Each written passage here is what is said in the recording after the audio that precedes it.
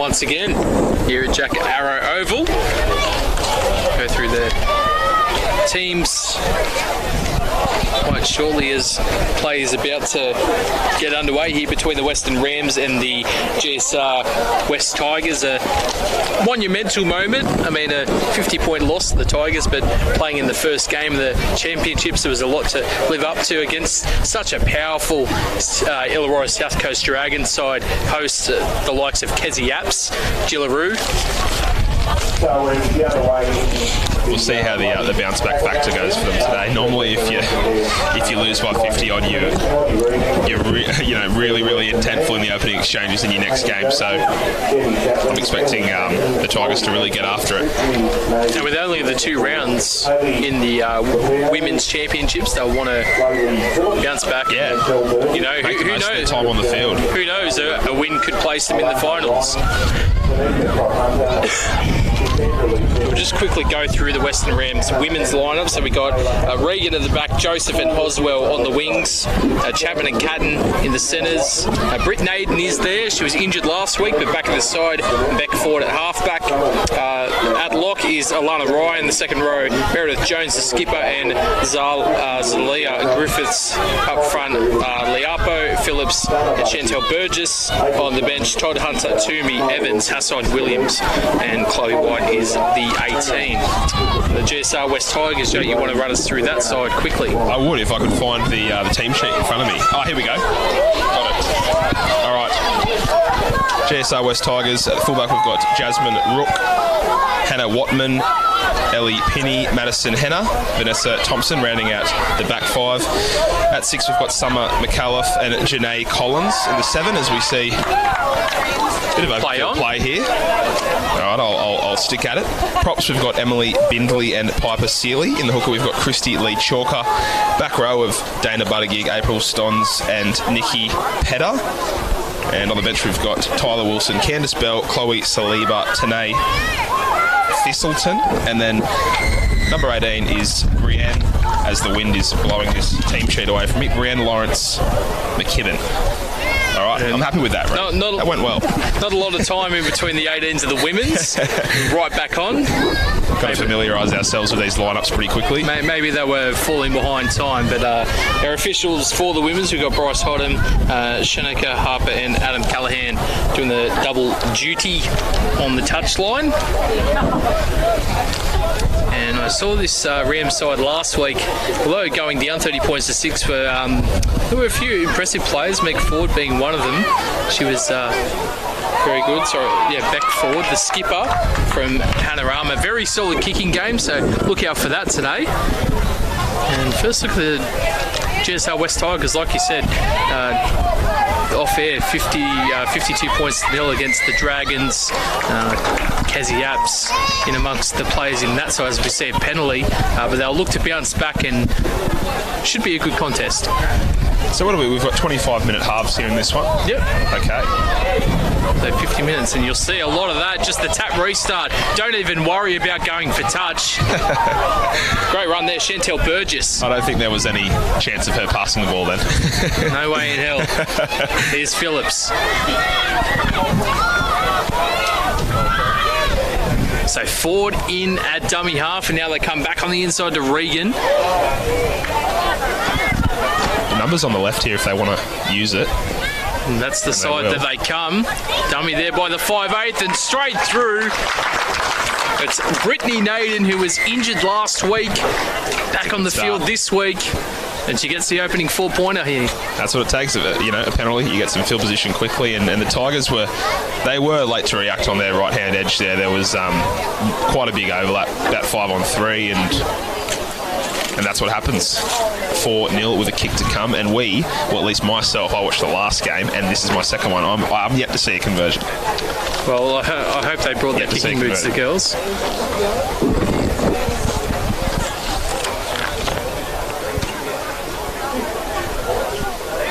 It's been a tricky one all day for the goal kickers. Matt Noakes, he was 3 from 5. And, Cooper Egan only had the one shot at goal, but he was from right in front, so... He got it? Yeah, thankfully. On you, Coop. I believe it's Bailey Phillips here to take the shot at goal.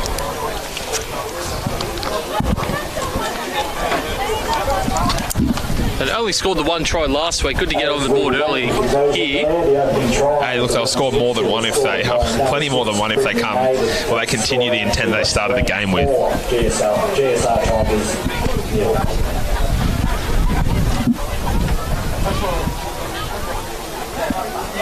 And now it's the 13 Lana Ryan taking the conversion attempt.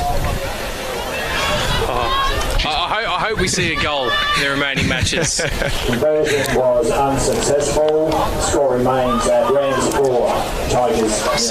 Like to see a nice outside-inside try right underneath the sticks. Where it's, well, you know, look, goal kicking is not easy. I don't just think you in or general. I will. I'll speak for myself. I'd probably have a hard time nudging one over from in front. So it's definitely not an easy job.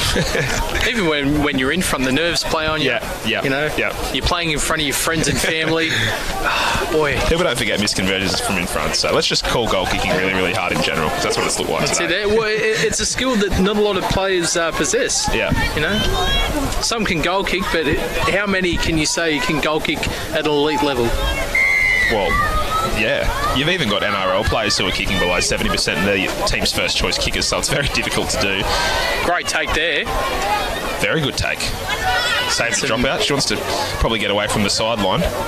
Yeah. Number 2, Haley Joseph. So Meredith Jones, who started on the wing last week, moving into the back row. Of course, a lot of these players just so dynamic and interchangeable positions. Tried to get the offload away.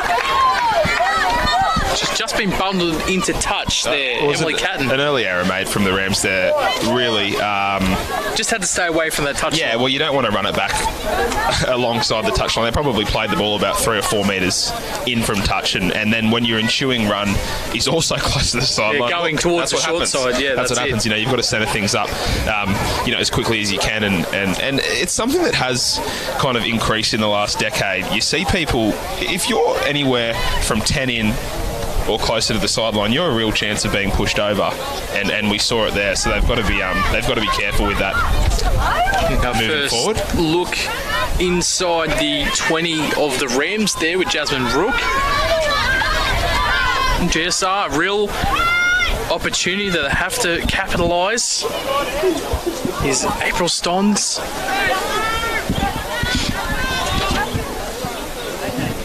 Now down that short side once again. I do believe GSR West Tigers played in the final last year of the Ladies League tag that we had up against the Central Coast Roosters. Great take. Not a lot of players there, but GSR club that did push to the finals last year, so through the hands they come, at a good ball and all tackle there by Meredith Jones, the skipper, on Janae Collins. Last tackle. Kick there from the 9. Well taken. Looked to be driven back in her own in goal.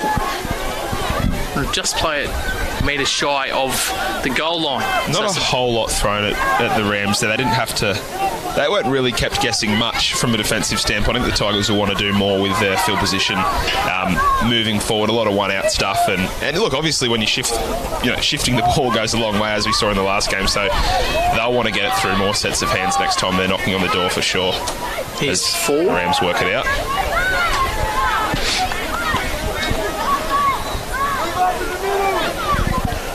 You hear the call back to the middle, and that's where they come. Yep. And last tackle, a good defensive set there from the Tigers, pinning them in their own 30. Now forward. I don't think with the kicker ended up with the ball there to start things off. Yeah, well, it's out into touch. Guess that's the main thing on that occasion. Yeah, they won't be too upset with themselves. I mean, you don't really want to be putting it into touch on your own 40, but things could have been a lot worse. Yeah, definitely didn't want to put it in the hands of Lapio there. Well, yeah, exactly. She got the ball on the last tackle and thought, hang on. Either I've got to kick this or I've got to get it out of my hands quick, smart. Quick, Beck, you're the halfback. Take the ball. I'm sure she could have kicked it further than what the kick ended up, than the eventual kick. But anyway, could have been worse. Yeah, chance for the Tigers. Bit Bit of a wayward pass there from the back of the scrum. But park themselves inside the half of the Rams. Good shot. On the fullback, Jasmine Rook. That's got to settle themselves down a bit here, the Tigers, and get a couple of good charges going. There's some solid work. And here's one of them. Here, Nikki Petter. Trying to get that quick play the ball. Now to the left they come. And taken well there in a two-woman tackle. Now a penalty. And I believe we'll just see the tap and go here. And there's already a massive improvement in what they did just then compared to what they did in their first set in attacking position. More conviction, quicker play the balls, more options on both sides of the ruck, and if they continue that trend, they're going to be much harder to stop as a loose ball ends up in the hands of the number 5. And back down that short side, Thompson. Here's Rook. Plenty of the ball early for the fullback. Trying to impose her will on the game. They've got numbers out here to the left-hand side if they spread it. Showed once, now back towards the middle. And they've got numbers on the right if they want to go there. They don't. They go to the left and knock on there from dummy half. So another opportunity wasted there for the Tigers. But good goal line defence by the Rams. Good defence. And still with the Tigers, as I said before, they did a lot more than what they did at the very start of the game. Shifted the ball a couple wide of the ruck. But yeah, the Rams passed the test there. Tell you what, this crowd's multiplied. It's pretty lively here at Jack Arrow Oval. I dare say a few people are sitting in the cars as well, trying to avoid the cold as best they can. In all my years playing third grade, I don't think I ever laced the boots up in front of this many people. So this is a big crowd. This is a big crowd. Chance to showcase talent. Of course, after the country championships, they'll go back and play for their club sides and just goes behind her. But wow, she got away with one then. Yeah, Lana That's Ryan. a knock on more often than not.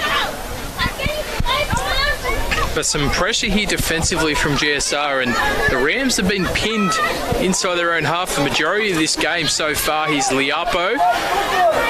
Big run. Trying to get the offload away. Does. Both teams need to settle down a little bit here. And we see some hot potato football out to the right-hand side they come. Through Joseph. And they'll be happy to see the halfway line. Yep. Nice little move there out of dummy half. Here is Alana Ryan. She has some great footwork. So to the 30. Now a chance to put in an attacking kick. It comes to Ford, who runs first and then dabs a kick in the in goal. Dare say there'd still be a bit of wetness on the ground, so perhaps trying to make the winger fumble, but takes well there, and there's a fumble. And that's back as well, he says. Well, I think that's fair, you know, if two 50-50 calls go... Oh, no. Well, there was an error there. Was that another error, or did he go back to the first one? I think there was another error there. But you're right, if there's two 50-50 calls... Yeah. Well, look, I mean, any referee will tell you that there's no such thing as a make-up call, but I think that's complete rubbish. You know, that could have been a knock-on down here for the Rams, and I think he saw another 50-50 drop and thought, we'll play that one on as well. So it's like if a team's down by 50, you're going to give them a few piggyback penalties. I think you're more likely to give a penalty in their favour. But of course, no referee will ever say that. But a huge opportunity here for the Rams to extend their 4-point lead. That ended up being a very good set for the Rams. It could have been, as we touched on, it could have been a knock-on in their own half, and they worked it down through the number 13, who has another really good run. Yeah, looking really busy, Alana Ryan. Now, right-hand side, they come with Ford. Goes herself. Gets an offload out the back to Phillips. Just pushed back there from the defence of the Tigers. Now for Ford. Regan. Numbers. And it should be a try to the number 2, Hayley Joseph. They just went through the hands, and Emily Catton, a nice catch pass. Hayley Joseph in the corner from Mudgee. And that's not necessarily easy to do, you know. Like, they did that really well, worked the numbers really well, worked the overlap through the hands, and 4 points at the end of it. So good job by the Rams there. And a woman that doesn't find herself in dummy half most of the time in back forward. Phillips was out to the left-hand side. She got into dummy half and sort of picked up the numbers there on the right-hand side. Well, that happens. Sometimes the hooker's not there to fill in, and someone's got to jump in. And boy, guess what? Another hug. It was the elephant in the room. Someone had to say it. Another tough goal kick. Although I don't know what our best bet is. Yeah. We've tried the golf silence. We've tried calling over the top. I don't know what we go to here. Well, I will say that there is less wind for this kick than there was for the last one, and there is no rain. Just wait for that wind. Here we go. Back forward. Shoots it out to the left-hand side. Was waiting for that wind, but it just didn't come on that occasion. So that was struck pretty well. Just 8 points to nil. And look at her face. She's not happy at all.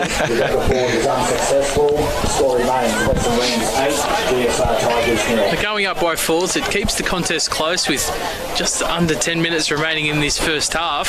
So if that's anything to go by, the Tigers, they'll be still want to be chipper for the remaining minutes of the first half. Yeah, both teams have had opportunities. It just so happens that the Rams have been a little bit more clinical, in that red zone.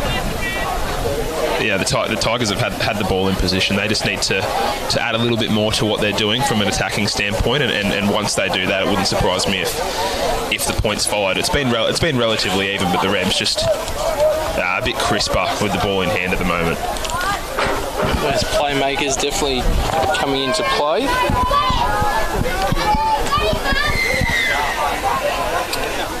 And it is a 2-game competition including semi-finals and finals, but there's no pools here in the 23s or the women's, so it'll be the top 4 teams to go through. Do we see?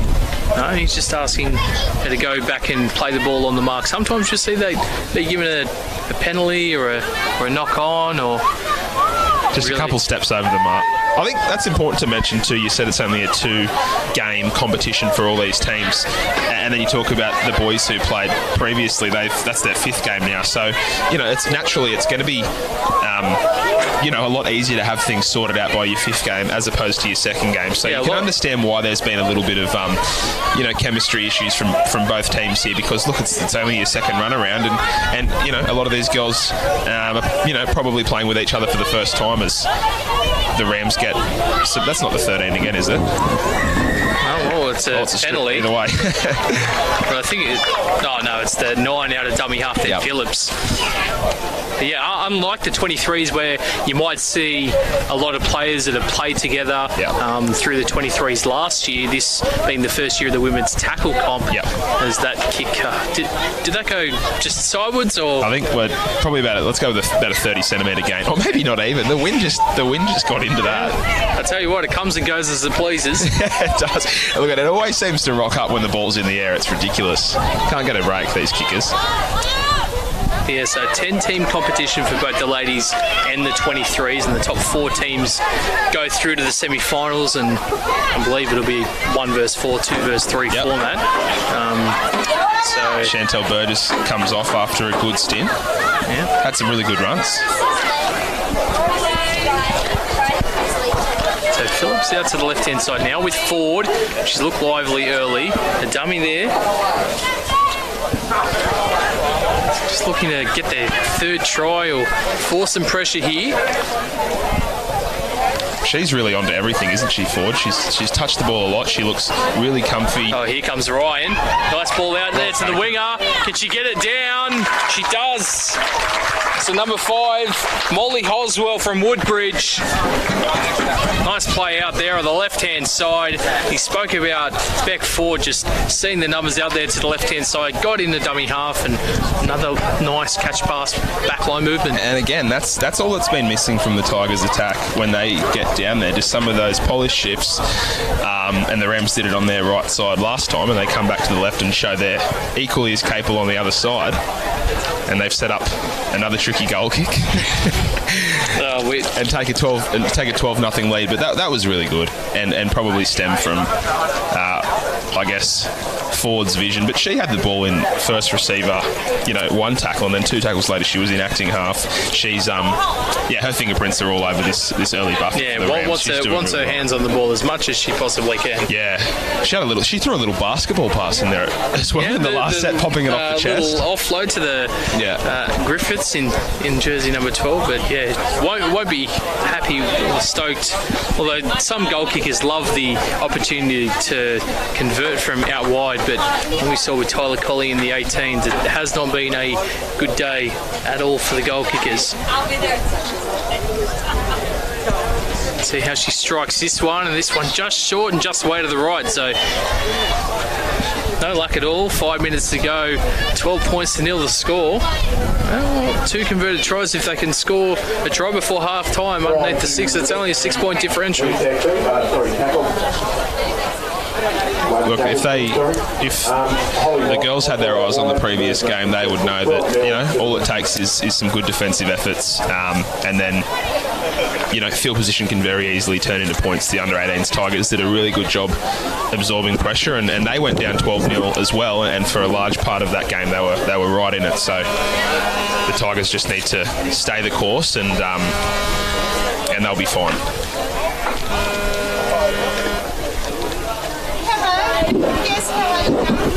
Yes, my phone's just... I can't believe it. I said to the boys before, I haven't got a phone call in about a fortnight. And they knew you were on the call today. Yeah, it's like... it's probably Tyler Colley calling me, just saying, could you just give me a break? Come on, guys. I got 9 from 10 last week. Give me a break. About 5 minutes from time in the first half.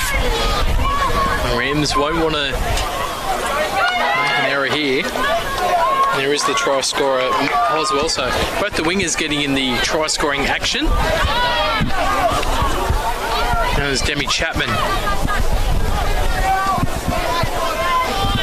And Tigers just look a bit tired here. Here's Alana Ryan. Gosh, she finds space. yeah. A lot of speed around the middle, great footwork. Phillips the forward, grab a kick. Work here for Jasmine Rook. She lets it bounce. Yeah, she did well there. Met there by her opposite number in Regan. Always worried about the bounce of the football. You never really know where it's going to end up. Yeah, well, if you're in doubt, let it hit the legs and see where it goes after that, because it is hard sometimes to pick it up from your bootlaces, as you said, when you don't know where it's going to bounce. So she did well there.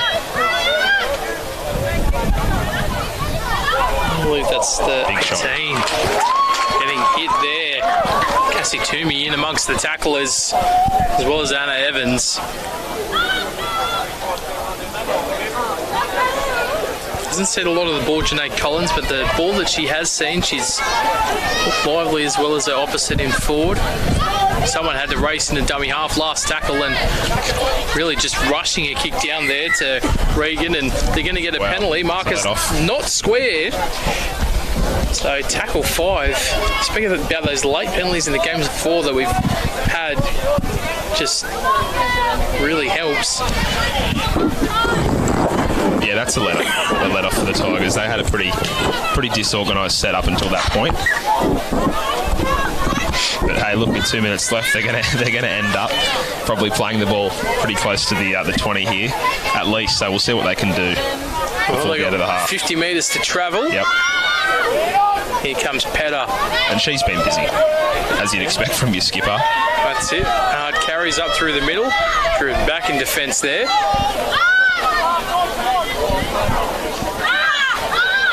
And running towards the short side. I don't know if that's the smartest option. Somehow gets the ball away. Yeah, just passing. Giving it to the 11 in Buttigieg. Keeping away from that touchline, which I think is the smartest option. And we see the 18 Lawrence McKibben come on. Now just a loose carry there. And now we could see some real speed here from Hoswell. She beats the fullback. Does she have the pace to go all the way? I think she does. Molly Hoswell, take a bow. And adjacent to the uprights. Try to the winger. Oh, I don't know if it's the cold, but I just got chills down my spine. We might be seeing a conversion for the first time in our last 2 games. Yeah, finally an easy kick to come. And that was, I mean, look, you've got to feel for the Tigers, but the Rams did a great job then scooping that up and going the distance. And it's one thing to defend so well, but then to turn that to an attacking way, you know, so far from the goal line, 60 metres out, and just, you know, keeping the ball alive and doing well. And it was a byproduct of the Tigers not really having much organisation in attack. It was another loose ball pounced on by the Rams, and that's kind of been the story of the first half of the Tigers, not really knowing what to do in attacking field position, and we saw it happen there. But hey, look, full credit to the Rams. She picked the ball up with 60 metres to go and still had a lot of work to do, so that was unreal. Molly Hoswell there. Showcased her speed indeed. Picks up a double.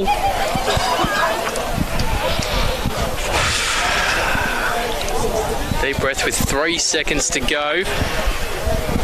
Back forward. How's that for a distraction? Oh! As you're kicking the ball, I think there's a rule. No, look, there's a rule around that. Is that an automated siren? Because someone should be manually. Yeah, you can't do that.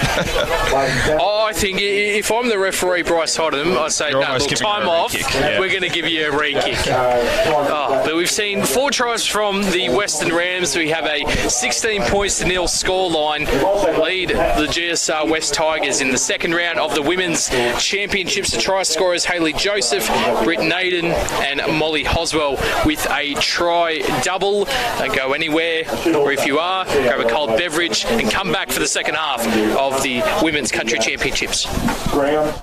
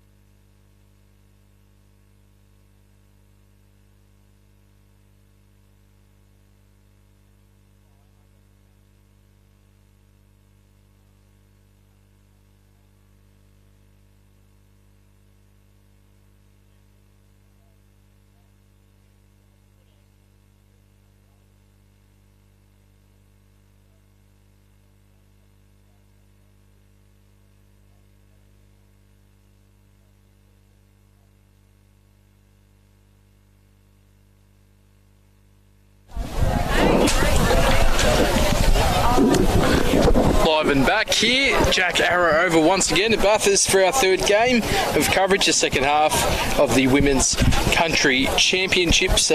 Jay, what can Kane Morgan, the coach of the GSR West Tigers, take away from that first half performance? Well, there's certainly no lack of effort from his side, but he's just got to try to see what he needs to do to give his girls a little bit more, I guess, direction and organisation with the ball, because they did look a bit lost there.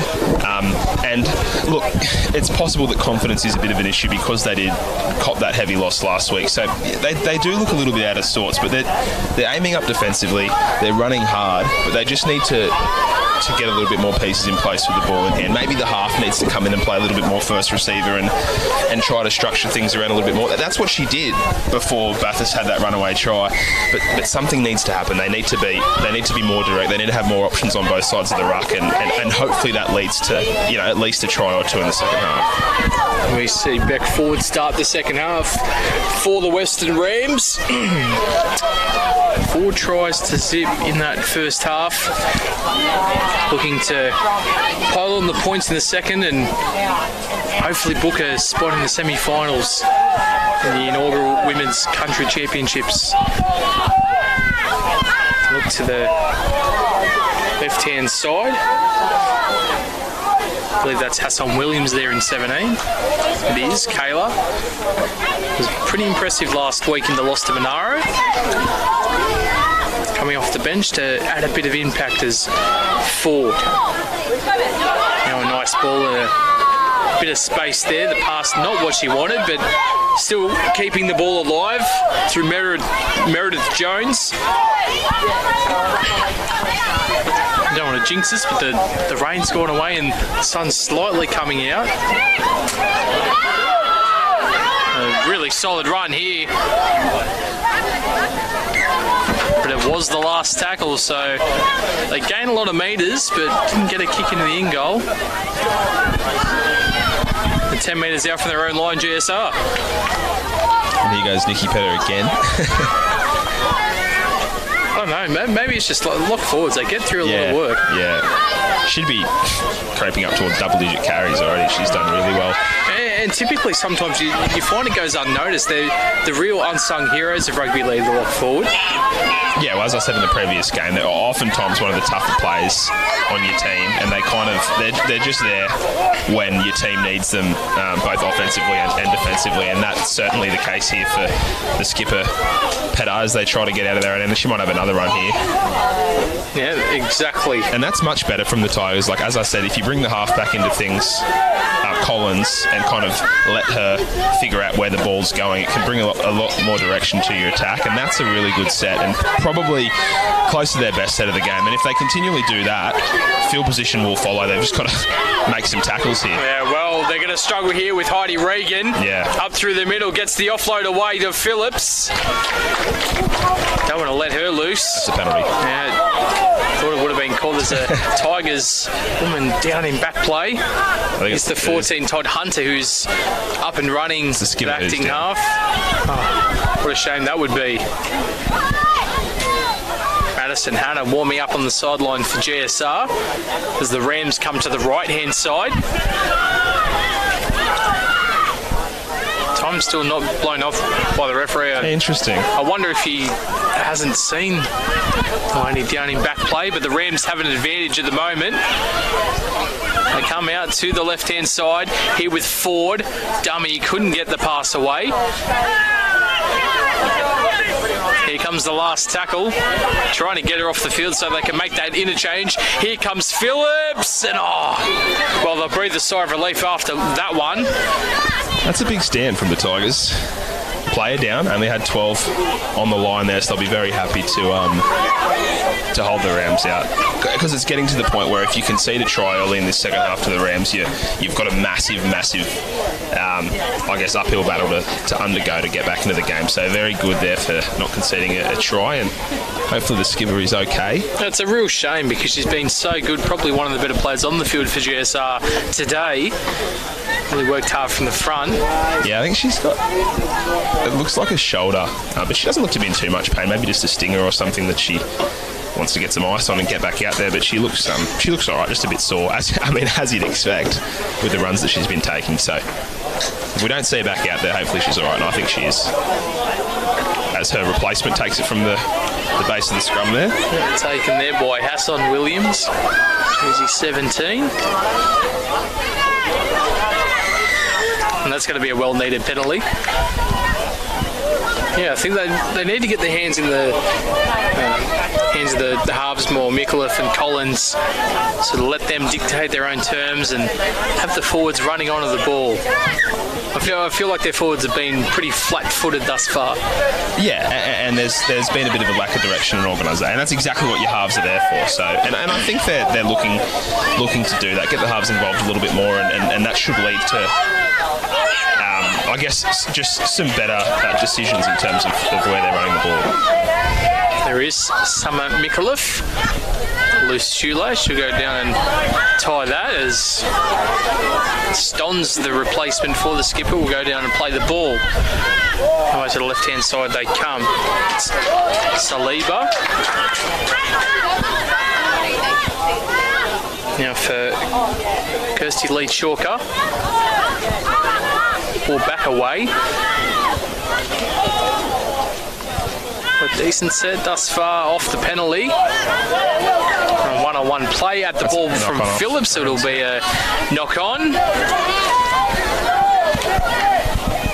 So scrum feed to the GSR. West Tigers 35 metres out from the Rams line. And already they're looking, much more settled than what they were in the first 5 minutes of the opening half. So that's a good sign for them, and field positions following. So, we want exciting games, right? We want close games. So it'll be great to see the Tigers get down there and crash over here. On the lock forward, wasn't even packed into the scrum, trying to just stand out. It's only a scrum. What do you think? Do you think we should just abolish scrums altogether? I don't know. It's not like your traditional rugby scrum. Yeah, no, it's such a tired topic. It's almost like we've been kind of... The people who want scrums to leave the game have been honestly barking up that tree for like a decade. So I'm kind of... if they're going to stay, let's just ignore it. Yeah, let's just ignore it. I guess the one advantage of a scrum is that the attacking team gets a good opportunity to work a set piece off that, and that does often look good and lead to exciting plays. But in terms of contesting the ball, yeah, it's pretty boring. A nice pass there from the prop forward. Oh, it just takes out the legs of a wing partner.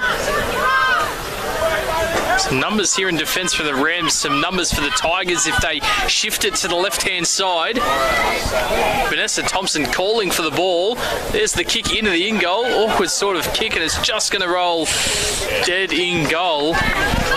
Beckford didn't have to touch that one. We're out to the 20. The problem with that kick was, it wasn't terrible execution. It was a decent idea, but it didn't look as though any of the outside chasers were ready for it.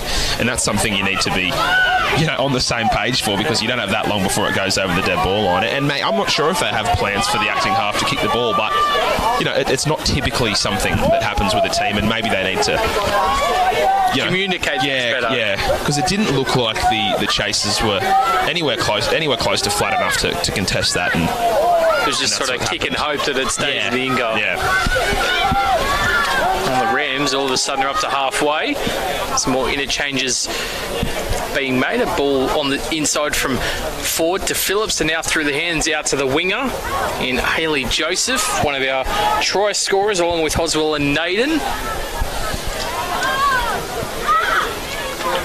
Now it comes to Hassan Williams. Wow. Oh, what a strong run from Hassan Williams. And now she's been driven back. Well, Janae Collins, she felt all of that, but the Tigers teammates were in there to back her up. Here's Ford. Now a pass for the fullback. Some speed. She can't get the ball away, and she's flung to the ground there by Hannah Watman. Reagan trying to... Yeah, I'm happy. I'm happy with that call. Yeah, Like, is that the penalty for the shove? Yeah, I mean, Regan. Yep. Yeah, like there was nothing too much in that play the ball. Maybe she was on it for a little bit longer, but that's. I think she was more so frustrated by the swing of the tackle, jersey. Yeah, which is. I think she legal. should have got a penalty. That. Yeah. Well, I mean, yeah, it's a perfectly legitimate tackling technique. So she just needs to worry about playing the ball and not, shoving the marker, I guess. Yeah. Well, she'll pay for it there as the Tigers. Well, that's a great sign. Nikki Petter, interchange card in hand. She says, "Get me back on the field." The running repairs have been concluded, and the lock forward and captain is back on the field. Yeah, she seems like, based on how she plays, someone that does not want to miss a second. As soon as she came off, she was probably thinking, all right, get me back on. All right. So here she is. Give me what I need, and I'll be back out there for the remaining 16 minutes of this one. And, well, here we go. Here's the first carry. Good contact. And just driving at the legs, looking for that quick play the ball. And we'll get a penalty. And that's what GSR need her on the field. She just leads for the front, gets a penalty, and I'm sure she'll be one of those women that communicates things very well out there on the field. Yeah, well, you speak about the halves getting the ball, I guess, early and often, but a lot of that comes off instructions from the skipper as she gets ready to take another run, and a very good run at that. It's still going, 15. We'll give us 16 metres on that one. But you need others from the GSR West Tigers to stand up as well. Yep. Who else have they got? He goes Bindley. And that's her second run in the last couple of exchanges, so she's putting her hand up as well as that. Ball on the inside, picked off. Here goes Phillips. Don't think she's going to have the pace to go all the way, and she's surrounded by defenders, but not the pass the Tigers were looking for, and Phillips, she picks that off. Yeah, probably tried it a little bit too much there, but good shot on Hoswell. Look, when you're down 16 points and you're knocking on the door, you can't play it too vanilla. You've got to try some things, and they'll get another shot here after the knock on from the Rams. Well, how great is it to get a shot on your opposing centre? Penny there with the tackle. Well, the spirits are still high. There's 14 and a half minutes to go, but the Tigers, if they can just get a try in the next 2 or 3 minutes, you feel that sometimes one try leads to another. And if they can go up by sixes, it's 16 points of difference. Could see a game on our hands as. This is just the thing that frustrates me. No one knows how to pack a scrum, and even when the scrum is packed... Yeah, I mean, it's just time-consuming. It's a confusing process for a player as well. Especially, late in games, players under fatigue, they really don't want to be sitting there in a it's a nice sweaty scrum. It's a nice breather for the forwards or the people that are in the scrum.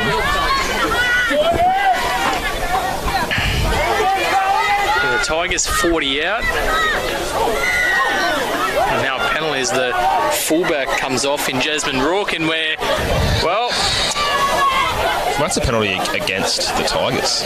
So penalty to the Rams. There's something happening in the play the ball. Petter's just going off at her teammate there for whatever she's done. I don't know what that was for. Was that an incorrect play the ball, or is that a bit of... Did she say something? I'm not sure. Whatever she's done. I was more focused here. The fullback, the bloody nose coming off the field, or a bloody face. There's a lot happening. I looked up, and both teams are about 20 metres apart, looking like they're about to do some sort of war cry. So who's the penalty going towards here? The Tigers have the ball, but I could have sworn the ref's arm was pointing. It might have been the incorrect play the ball, or like we saw down here earlier, push from the player playing the ball. Yeah, I actually don't know what's happening here. Unfortunately, we can't hear the ref. Yes. You've just got to listen to us. What a shame. Okay. You've got the penalty. Okay, I understand. So I think The Tigers will get the penalty. from the faint words of the referee, she can't come in like that. So Yeah, so, that penalty there, the signal that the ref just gave, looked to be a flop or some sort of ruck infringement, but some more things definitely happened after the fact, but ultimately the Tigers have got the ball. And if I know anything about the lock forward, she'll tap and run this herself. yeah, that's what I was thinking. But She opts for the pass. I don't know her at all. There's Madison Hannah to play well. So we've got our refs mic back on now, which will help us. hopefully give some insight into what's happening as there comes that inevitable run from Petter. They're 10 metres out. And this is really it for the Tigers. I mean, who knows how long they'll go without coming back down here again if they can't cash in here. So they've got space out here to the right-hand side. If they can find Watman, they're a chance. They're going to look to barge their way over. There's a good offload. Just the error that you don't want. Error's already being called, and she'll be wanting a time over again, April Stons. And she's unhappy for whatever reason, but based on the situation of the game, she's got to be ready for the ball there. Like she needs to, and especially we called the fact they had numbers before it even started. You could see they had an overlap, so she just needs to, look, it wasn't an easy pass to take, but she's probably angry at herself, if anything. Yeah, that's it. We see Chantel Burgess coming back onto the field. Very good first stint. The last 12 minutes looking to make the most of that. And Jasmine Rook coming back onto the field for GSR as well. So interesting, there was no interchange made, so I think they've just run the fullback off the field for some running repairs. So they were attacking with 12 plays. Interesting there. Geez, back at the back is Rook. Rams with 11.5 to go. And she's been very strong in this second half. Hassan Williams. And then the offload bad pass went to no one, and GSR have ended up with it. But just a really good running forward is Hassan Williams. It's not Petter again, is it? I think it might be. They've been pretty pass happy, the Rams. I think both teams have, to be fair, but the Rams have certainly looked to push their passes have stuck. Yeah, no, some of them definitely have, but they've been keeping an eye out for the potential to offload as Petter goes down again. And you wonder if it's the same injury that had her off for a little while before. And maybe just doing a bit too much. I dare say she won't be coming back on after this.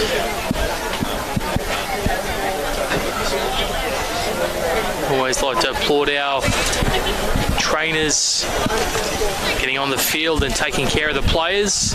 Also like to thank our sponsors throughout all 4 age groups, SLE Worldwide, Anytime Fitness, and of course our streaming provider Bar TV Sports. Without them, we couldn't stream this country championships live on Facebook. Shout out to the cameraman as well. He's just taking his jacket off. Things are heating up out here, so he's doing a great job. I'll tell you what, it's much more pleasurable than it was at 10 a.m. this morning. Well, Leon behind the camera showing you the fantastic coverage we have here.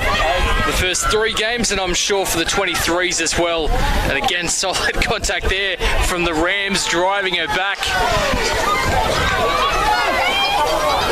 Head is still on. Oh yeah, she's not coming off. God knows how much she's hurting, and there's no chance she's been dragged off. No. So here's Hannah. You just want them to something to happen to score for an offload. Yeah, absolutely. But they do deserve points. They've been thereabouts for a long time. It's just come down to... They've played much better than the 0 that they have on the board. The last tackle, was it? It was. Changeover. A ball in the hands of the halfback, but just couldn't get the ball to the boot. I'm pretty sure she didn't know it was the last tackle. She didn't even look to pass, so she must have just not known. Well, at times in the coverage, we're not sure whether it's a 0 tackle or the last tackle. Yeah. Should have a tackle counter up here. And bad news for GSR because Alana Ryan's heading back onto the paddock. She only played the opening 15 minutes, but was so dynamic. Here's Ford. They go back on the inside. A nice ball there for Toomey. Is that Ford who gave that? It was. It's been really impressive. And again, she's there at dummy half. Phillips on the field, but she just comes in and out of dummy half as she pleases Ford. Just loves to have the ball in her hands. Here comes the fullback in Regan, and she's got some toe as well. She's got the fullback to beat. She passes on the outside. It's going to be called play on, and the Rams have the football. Well, I'm not too sure what happened there. I thought that was a knock on, but it came off the foot of the. Off the foot, Rams okay. Winner, and then was fumbled by the Tigers fullback, I think. So, and that's a try. And that was, it's all happening all too fast. My goodness. Our vantage point isn't amazing for that corner over there, so forgive us for missing something, but I'm sure you guys saw it on the stream. Yeah, the lovely camera work. We'll try and get the try scorer as one of the wingers or centres out there on the far right. But again, another try, and that probably puts the nail in the coffin here for the Tigers. Safe to say. I mean, look, if it wasn't already in before, we don't want to harp on it too much, but the Tigers have just, as I said, effort hasn't been an issue. They've just had a little bit of a hard time figuring out where the ball should go in certain times, and it's been costly. And not only have the Rams been there to capitalise on that, but they've, turned in some nifty plays of their own, and as a result, they've got a pretty comfy lead. So at the moment, their points differential -4, obviously depending on other results. But they will have a win in the column, and another kick goes astray. So 5 tries, but only 20 points on the board.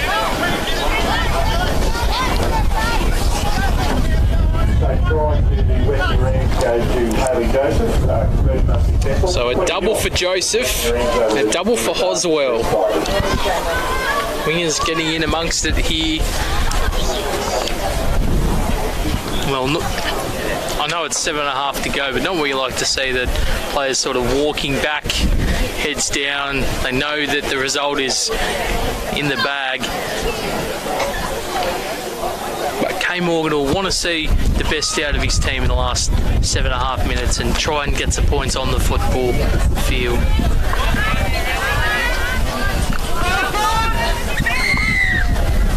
Perhaps a short kick-off, who knows? Shortish. And well, there you go. My day's been made. Fantastic kick-off from the GSR West Tigers. They're getting around each other, so again, as we said before, spirits are high. They can, hopefully they can cash in here. And you got the trainer screaming for urgency. The words of encouragement are great from the coaching staff. The team that's down by 20 points, but it's great. It's really great to see, the women given their opportunity to play in a rep level and broadcast.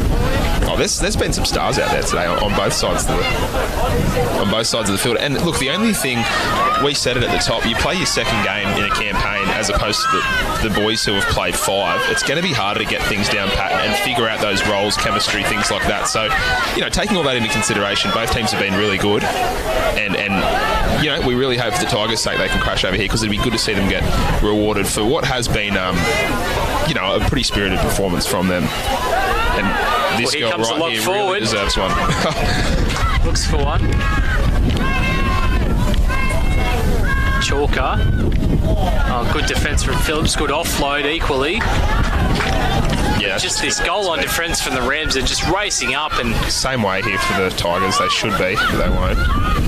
Oh, well, can't look forward again. If it doesn't work once, try it again. Just try a more deliberate kick in the in goal or a cross-field kick. Tough to take there from the Rams, and the Tigers, they'll get another opportunity. So a weird sort of looking kick, but that wind making it a bit tough to take, or tougher than it would be under normal conditions. Yeah, no, that it did look a little bit weird off the boot, but really where it was positioned, it wasn't a bad outcome for the Tigers, and yeah, as you said, hard to get any way to force an error. Yeah, exactly. Yeah. Works out well. 5 minutes to go, and main event coming up, the under-23s between GSR West Tigers and the Western Rams. I tell you what, the Rams have a lot of work to do from last week, getting, well, pummeled by the Monaro Colts, 60 plus points. 23s, was it? Wow. The 23s. Huh. I mean, a star-studded Monaro Colts side headed by former Canberra Under-20s player Harry Van Dardel, but that team made it to the finals last year, and they have a few players that have been there before, so definitely does help. But the Rams side will look to bounce back after that confrontation last week. You just need to spread the ball out here to the right. I feel the Tigers have been looked up in that left-hand side, but they're just trying to barge their way over. Potentially that offload could help. Just short of line again. They're calling the defence out here, the Rams, to their left-hand side. So, again, there's an opportunity out to the right for the Tigers. They're numbering up pretty well, though, the Rams. I mean, like, there was a bit of an opportunity, but they did a good job. I think that he's called that a one-on-one strip. Well, I think the ball's just somehow found its way into the arms of the 5'8" Britt Dayton. And look, after... I don't think she's all right there. Alana Wright copped a heavy hit. Cork, I think that's a cork. But after last week, Britt Naden, she suffered an injury and it looked quite serious, but it's great to see her back out on the paddock here today. Had a solid contribution. It looks like she's in quite a bit of pain here, actually. I'm not sure what happened. Yeah, holding of the head, which is never a good sign. Yeah, it's not, actually. So, I thought as soon as she hit the deck, she was tapping like her right quad knee area, but now you've got the trainer looking over, which isn't a good sign at all. Hopefully it's not too bad, but it doesn't look great.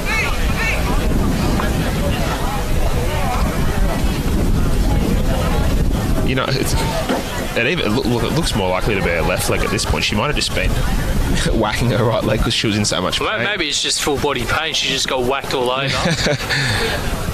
In the world of hurt. 3.5 minutes to go. I think it's best we don't try to diagnose. We're not doctors I've got absolutely no idea. Yeah, we're amateur rugby fringe commentators at the moment. Yeah. Yeah, so we got the call for a stretcher. It's a real shame because she was fantastic in the first half. A real live wire, showing speed around the ruck.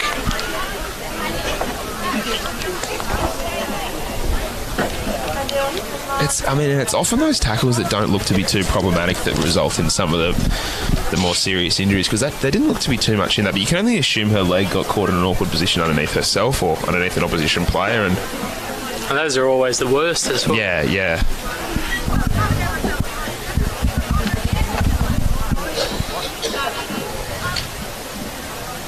So just awaiting the stretcher here.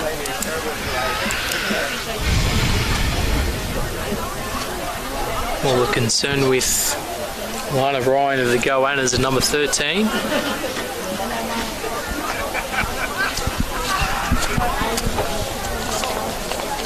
You can make a case for her being one of the best players on the field as well. She's having a blinder up until only from the 15 minutes on the first half, and then the short time she spent out on the field in the second. So she's been off, has she? I haven't observed that, but she's been more very than enough in the first half. That's it.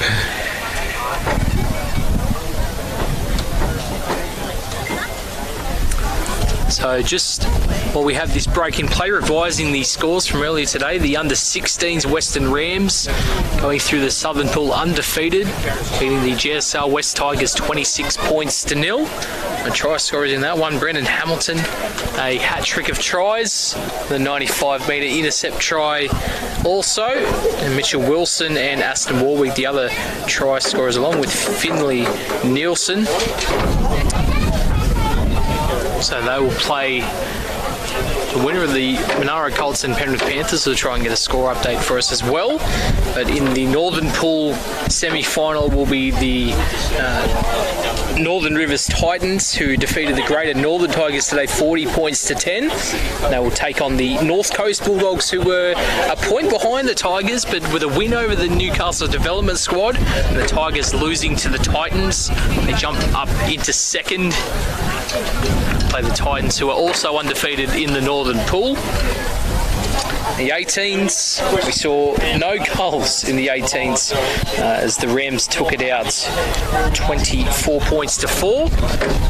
Try scorers in that one: Noah Ryan, Liam Henry, Jack Hartwig, Nick Barlow, Nathan Ward, Nash Cosgrove and Maverick Banton, the lone try scorer for the GSR West Tigers. We've got to be always careful getting a player on the stretcher. Don't want the neck to move the wrong way. That's why they are the trainers, and we up here in the commentary stand are not. Yeah, it's definitely that left leg that they're moving pretty gingerly onto the stretcher.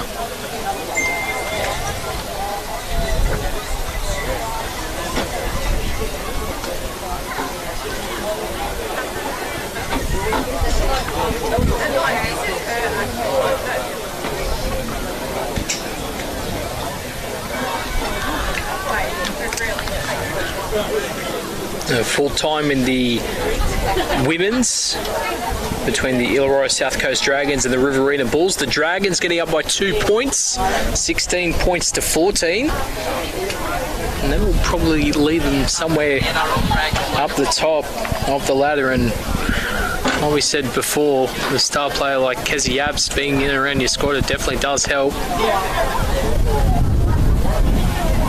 They'll be looking to take out the inaugural country championships for the women.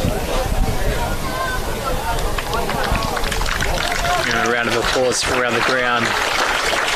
The utmost respect for the look forward to Lana Ryan. Let's hope she's all right for the long term. She's taken off the ground.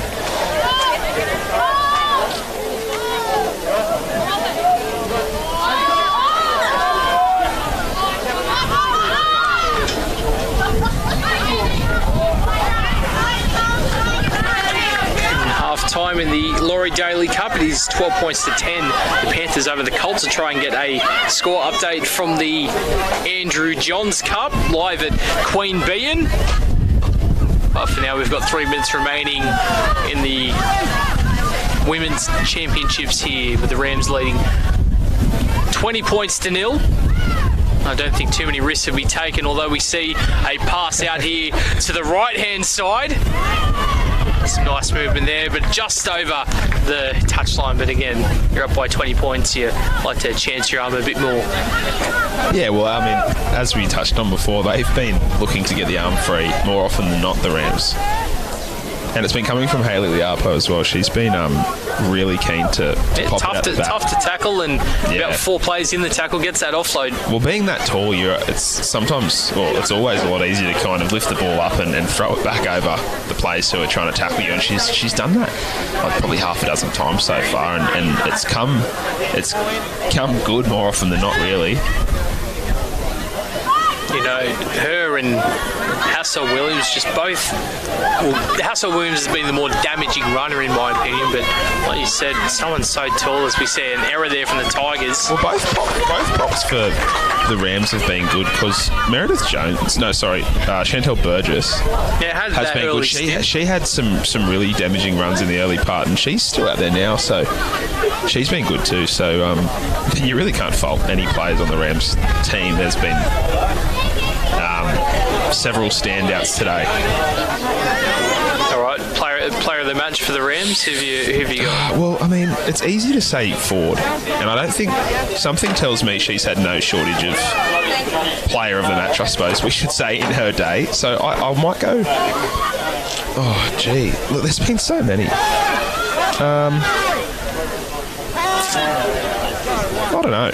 I don't know, Rabs. I knew this would be a head scratcher. It is tough. I'll go Chantel Burgess, and she runs it now.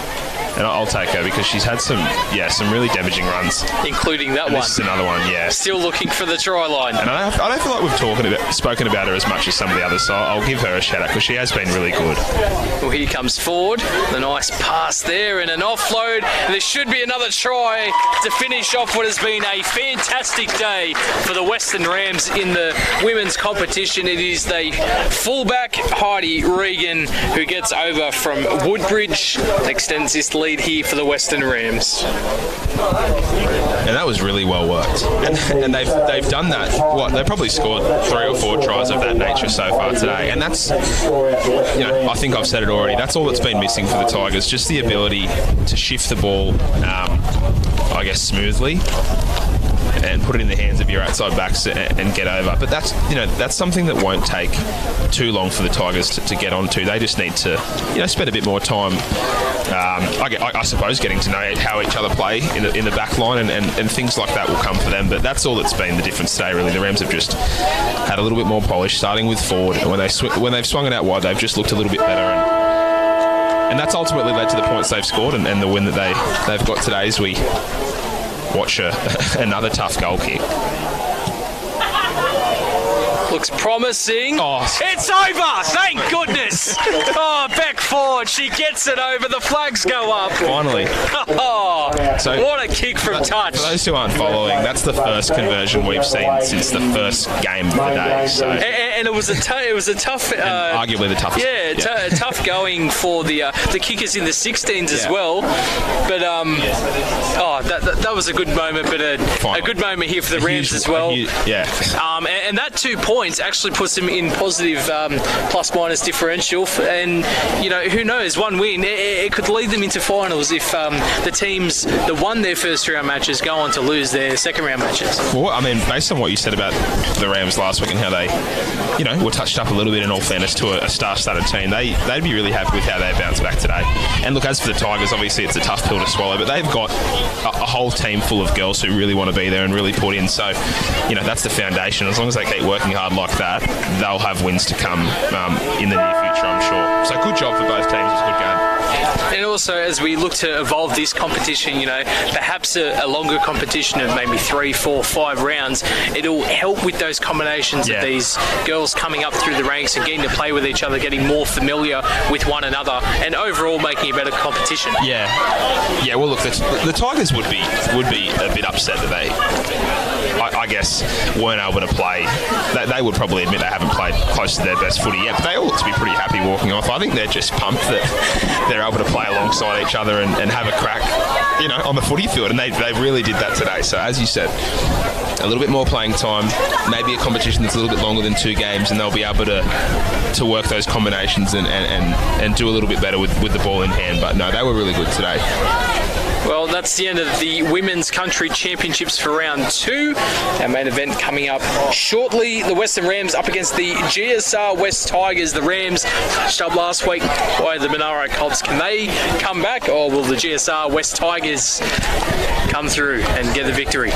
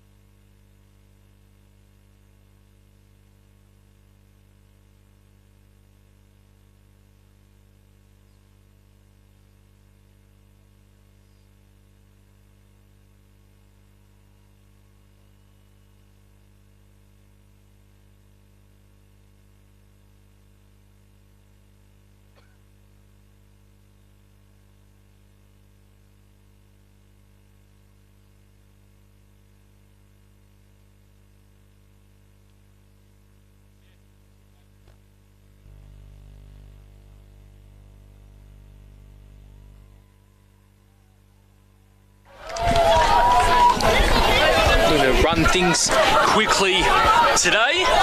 About 6 hours of coverage to get through.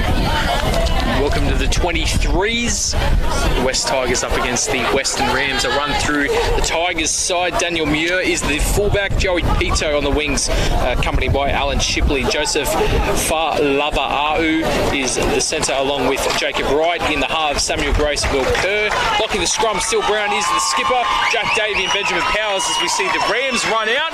Loud cheer from the local crowd. Kai Madden, Jay Simpson and Lachlan Whitehouse is the front row of the bench. Wells, Jeffrey, Richie Manns, Bell, Cambry and 14, Kerati Tautai Olafua. The Western Rams side. Let's do it. Let's go. We've got Lachlan Munro at fullback. The wingers, Zach Brown and Sam Simmons. In the centres, Bailey Hartwig and Wade Kavanagh. In the halves, Mitch Burke and Jack Beasley. A front row of Ethan McKellar and Jack Mackey. The hooker is Hayden Bolam. Back row, Ben Maguire, Tui Olapu and Rakai Tuheki.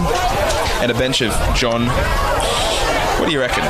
Siapara? Yeah, Siapara. I'll take that. Let's go with that. Sorry, John, if we got it wrong. Jed Betts, Joe Duffy, Jay Slavin, Jackson Bonham Fair, and then Travis Adelhoff. A couple of tongue twisters there. Man. That's the toughest. That's the toughest part of the game. I'm telling you. I'll tell you what. You've gotten better throughout the day. If we had a bit more time, you'd go up to each of these players individually and say, "Hey, mate, that's it. Get some clarity on this." If the 19 is playing, I don't see him on the field unless he's on that right-hand edge. The big Hoff himself, Travis Adelhoff, scored a sensational try out on the left wing last week. But GSR will have first use of the football, and that's the 14 who's on, Tautai Olafua. Try and say that 10 times fast. And early error signalled by the referee, Cara Lee Nolan in the middle. Baylor Warren and Corey Martin are the touch judges for this game. And I tell you what, the Rams side is going to look to bounce back after no side likes conceding 60 points in a match. They scored 20, but definitely want to work on their defence in this game. It makes me wonder how good that opposition was, because looking at this team being, a relatively close follower of Group 10, you've got guys in here on this under-23's team who are some of the top players in the Group 10 men's comp, and to think that they had 60 put on them by Monaro, was it? Yeah. They must just be red hot, because there's some blokes on this western side that are really, really good. So I'll tell you what, the Monaro Colts, they made the final last year up against the Northern Rivers side, which eventually they went down to in a close finals. We see a upending tackle. It's the 5 in Alan Shipley there on the 4. Kavanagh playing left wing, it seems. Now, Jack Mackey. But yeah, most of that Colts side are quite a few of the members there back from last year, and if there's one thing I know about that Colts side, they like to play a very attacking style of football, and they were very successful at doing that last week. 60 points will earn you that reputation for sure. But not a lot of errors. They were just clinical, really. Yeah, well, sometimes things just stick. That's it. So here's the early kick, straight down to the man that put the hit on in Shipley. Pretty anticlimactic end to that set. You get field position early off an error, and a couple of the Rams lads got upended there, and they tried to shift. Ball went to ground, and they ended up putting in a bit of an underwhelming kick. So well diffused there by the Tigers as they'll look to complete their first set of the match. Boy, if the physicality wasn't enough for you in the 16s and 18s, we've got the 23s here for you. Yeah. And another error, perhaps from the play the ball from that terrific kick. Didn't see that. I think it was Bailey Hartwig. It's funny how often that happens. If you get hit in a hard tackle, you get up and make an error in the play the ball. Like there aren't hands in there. That's not wet. It's just you're thinking, I just got smashed, and you don't play the ball right. It's funny. It's the mental side that comes in. Yeah. So we see the 4 Kavanagh. Interesting. I've seen the sock up, sock down, but I can't say I've seen both socks down, and he's got a one skin. Right leg skin. So I can't say I've seen that before. you think you've seen it all after watching 17 years of rugby Yeah, I don't league. think I have, actually. That is a bit of a strange thing. The game's always changing and things coming into the game. It's why we love this game so much. And here comes a solid run. Ethan McKellar, the skipper. And Ethan McKellar, I believe, is coming back from a broken leg as we see Beasley find the fullback. Oh, too easy. Far too easy. Sam Simmons. We'll touch on him a bit later in the broadcast. That was clean. That was good. But very nice play out the back there, and Sam Simmons from Ningen gets the scoring underway here. And look, when it's going from Jack Beasley to Lachlan Munro out here, like they're a couple of Group 10 household names, it's no surprise that backline movement ends up looking like that. They've got a lot of class getting their hands on the ball. Guys pretty familiar with one another. Yeah, exactly. And not only are they familiar with one another, they're just flat out guns in their own right. So, it probably hasn't taken them that long to get clicking. Well, it's taken them about 4 minutes actually. So, really good, really good.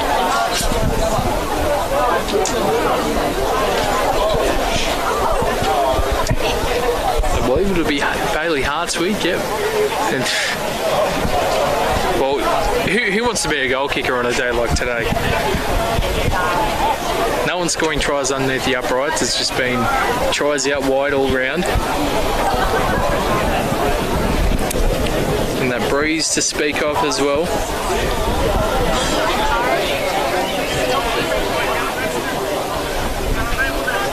Goal kicking not his strong suit last week, but let's see what he can do here from touch. Oh, well, it was a decent strike, but just away to the left. That conversion attempt from out wide is unsuccessful by number 3, Bailey Hartwood. Score remains 4 points to 0. So the Tigers have pretty much gotten off to the worst start imaginable. I mean, Setting really, 4 points really early into the contest. Well, they could have scored they could have conceded 2 tries as opposed to 1, but they haven't completed a set yet. So they need to settle into things pretty quickly. Otherwise, the Rams will jump all over them.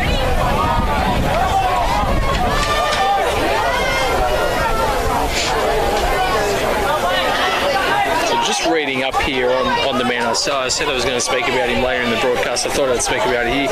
Sam Simmons lives at Burke.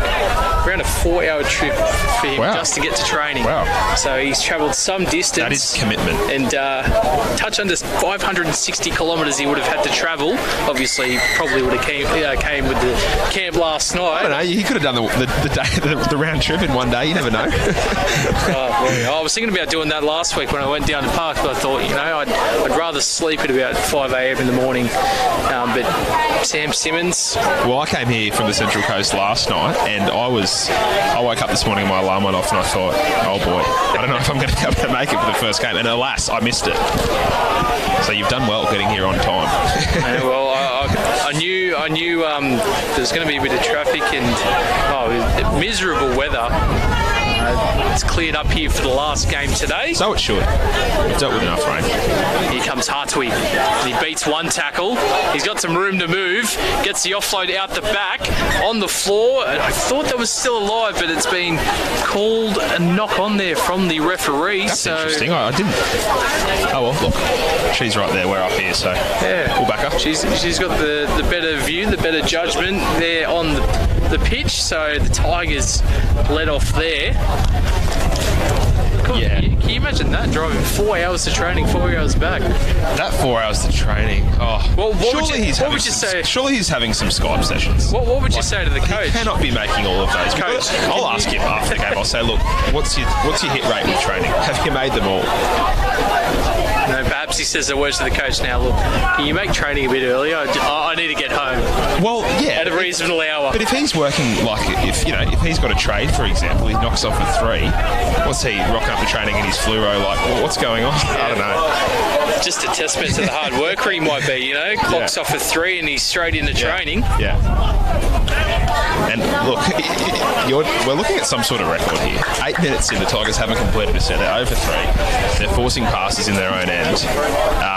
And look, they'd all be saying it to each other right now. Let's complete a set, but they've got to do it. They'll really pay for it if they keep this up. Yeah, definitely. The Rams looking to bounce back after that devastating, just comprehensive loss. Yeah, they are. They've come back strong. Here comes Lockie Munro from Orange.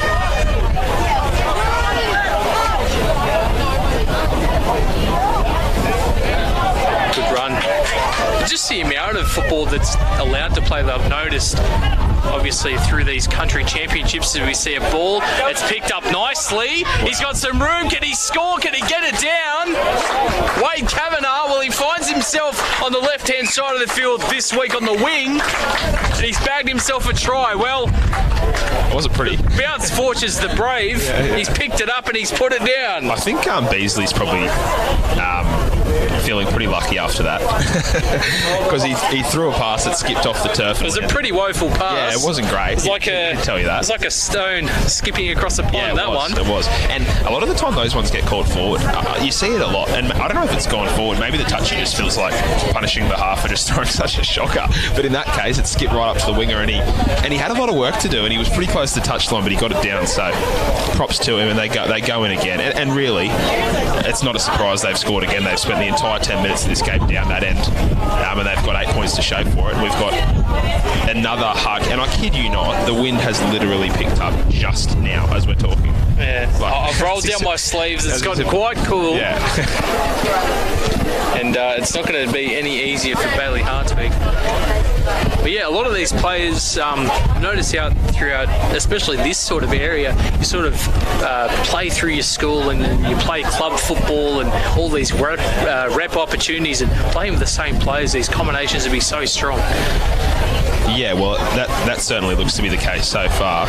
Although, yeah, we did give Jack a bit for the pass he threw just then. But for the most part, when they've moved the ball, they've looked pretty good. As he sails it through. I thought that wind was going to come 3 seconds earlier, but it's just held off enough for him to get it through the uprights.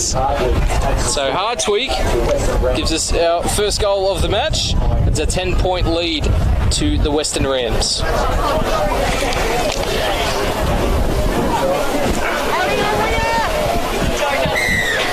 Tell you what, I'm going to have to go get a hot chocolate after this one. Yeah, it is getting a bit cold, and that is out on the full. That wind playing havoc again. I mean, look, you don't want to be too critical on the team. I'll just blame it on the wind. Yeah, we'll go with that. But the Tigers have got to, come on, lads. Come on. Get yourselves in it. Is the traditional 40-minute halves here. Let's see what the wind does here. Heads up. It's just normal. Well, there goes a hat. Well, there's nothing scarier than a towering touch finder at regional footy because you never know who it's going to hit, and that was close as well. Or whose car it's going to hit. Yep. You know, I try not to park too close to the ground. Sometimes it's pretty hard, especially it's I wouldn't say a full house, but it's pretty packed. Here goes Hartwig, straight through the middle, one to beat, but a good defensive effort there from the fullback in Daniel Muir. Now out to the right-hand side they come. They're trying to barge their way over. Mackie.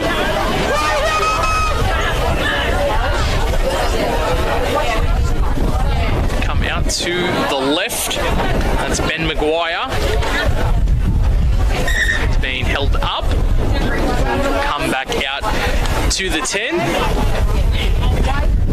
Have you noticed, Rabs, that every time you raise your voice, everyone sitting in front of us turns around and looks? Every time, the whole day. The whole day. You got a booming commentary voice.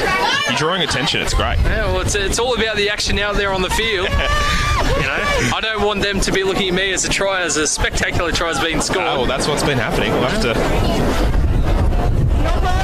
Oh, just touched there. I think it was the halfback. Well, I can't catch a break at all. Will Kerr, no. Have they completed the set yet? No. Oh. No. 13 minutes. It's not it's not something we want to keep in mind, but this is bad. Something you want to stay quiet about. Yeah. Before the coverage is done today, try and get some word on whereabouts the semi-finals will be held. I do know the finals will be held in Mudgee at April 6th. Fantastic ground there at Mudgee. There's an F5 twister approaching. It is very windy down I've been here. waiting to say that all day. I could feel it. I actually haven't. I just sprung that on late. Bit of Brock Lesnar motivation, and here we are. So Olapu playing the football and right place, right time. Oh, Kavanagh. You can only be so fortunate in one. It's gone forward. Yeah. Well, you know what? I think that's rough there by the referee. I think the wind blew that about 5 metres forward. Yeah. Well, Kavanagh had a really tough chance there, put it down, but I don't know about the forward pass call. Well, I mean, look, it's tough. Our angle's not great to start with. But is it just me, or does it seem like not just this game, but majority of the 4 games that we've had, they've been played down this end of the field? Yeah. You know, I agree with that. if you parked yourself down the southern end of the stadium, you've definitely got your money's worth. Figuratively speaking, of course.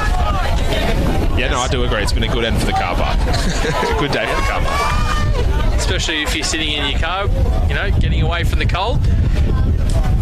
Okay, so here we go. This is a big moment. Can they complete a set of Tigers? And I think they'd just be looking for any kick. Maybe even just a grubber. Just try and get along the ground. Just kick it on the 4th so you can say you've completed a set. Yeah, that's right. Well, there goes the 4th. Here comes the 5th. Good stuff. Here comes the kick. It's I don't really know what to call that. It was twisting and spiralling, but it's found the deck, and here comes the fullback. In fact, no, it's the 4. So Kavanagh, left-hand wing, but found himself at the back, and we've got to talk about F5s. There comes the clothesline. Penalty to the Western Rams. Yeah, he kind of just threw the arm out there. He lazy effort. Yeah, he wouldn't be surprised that that's resulted in a penalty. Yeah. But good effort from the referee in calling that. And the wrestling knowledge is definitely my forte, my friend. So yeah, there's no lack of WWE knowledge around here, I don't think. That's it. Here come the Western Rams, the men in green, knocking on the door once again. To come the short side, a little trick play back on the inside. I like McKellar trying a few tricks, and they try and do it again. Wow. They hold it up, and now it comes to the lock forward. Great tackle. To Heke. A good goal line defence from GSR. And same guy who's crept up high. He gets away with it on that occasion. Doesn't help that Jack Bees is about 5 foot. Yeah, it doesn't. Here's some work out of dummy half. Bolland. Wow. Well, last tackle. How the boys play. That's it, and that should be grounded, I'd say, and a goal line dropout. GSR. Good kick from Beasley. And Beasley's a guy I know pretty well. I covered the Mudgee Dragons all year last year, and he started the season in hooker. And he's going to play there again for the Dragons this year because they've got Drinkwater now at the Dragons. I think he's going to play hooker. But anyway. Oh, that's right. Josh Drinkwater, the captain coach. Yeah. But Beasley's really comfy in acting half, and you saw that there with that little nudge into the in goal. As that wind holds the kick up just a bit, only 35 on the fly. And here comes Mackie, who's been really impressive early on. But I suppose standing in at halfback today, you know, so he goes back to club football, it'll help out his kicking game out of dummy half. Yeah, no, it will. Well, look, you could pluck him in multiple spots across the park and he'd do really well as McKellar goes just very short of the close line. on the sticks.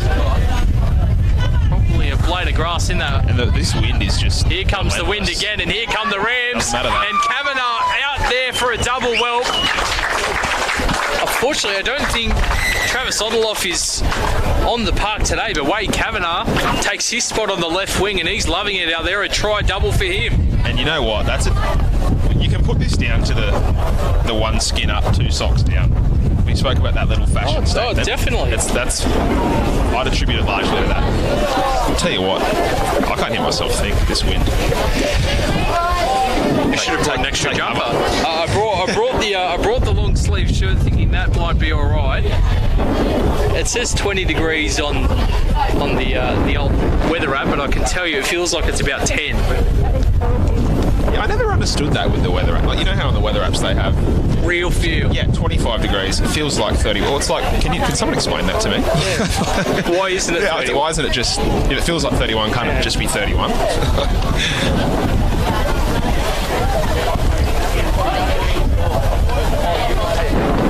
I remember seeing in the States a couple of months ago, it's like minus 40 somewhere. It would have felt like minus 80. Just that you don't know what temperature it feels like. Yeah, well, I don't even know. If I see minus 40 in Fahrenheit, I don't actually know what that is. There's a point where it crosses over, so Celsius actually becomes colder than Fahrenheit. Oh. Yeah, well, so when it gets into the negative. Wait. Oh, yeah, when it gets to about negative 40 or thereabouts. I'm just glad it doesn't get that cold. No, we're complaining. It's probably about 18 degrees blowing a gale. Yeah. We don't really have to deal with minus, although it does get cold some mornings here in winter. We see the kick and didn't really have a chance. No, but again, we're not going to gust. Yeah, we're not going to hold it against him. Yeah, that's it. 14-0 to the Rams, and I think all their successes come down this left edge here with the opening three tries, Kavanagh and the journeyman Simons.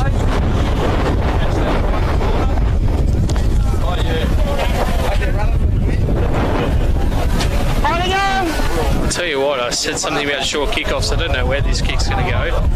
Well, it might go short by accident. If he puts it up too high, it'll end up coming back to him. He might need to get a hold of here. Far out. Oh, well, low trajectory. And there, really good take. Really good take. And here comes Simmons. Wow. Right down the wing, and he's just tripped over. I'll tell you what, he was a millimetre away from going out that entire time. That was so close. So here comes the man with the try double in Kavanagh. Just short of the halfway line.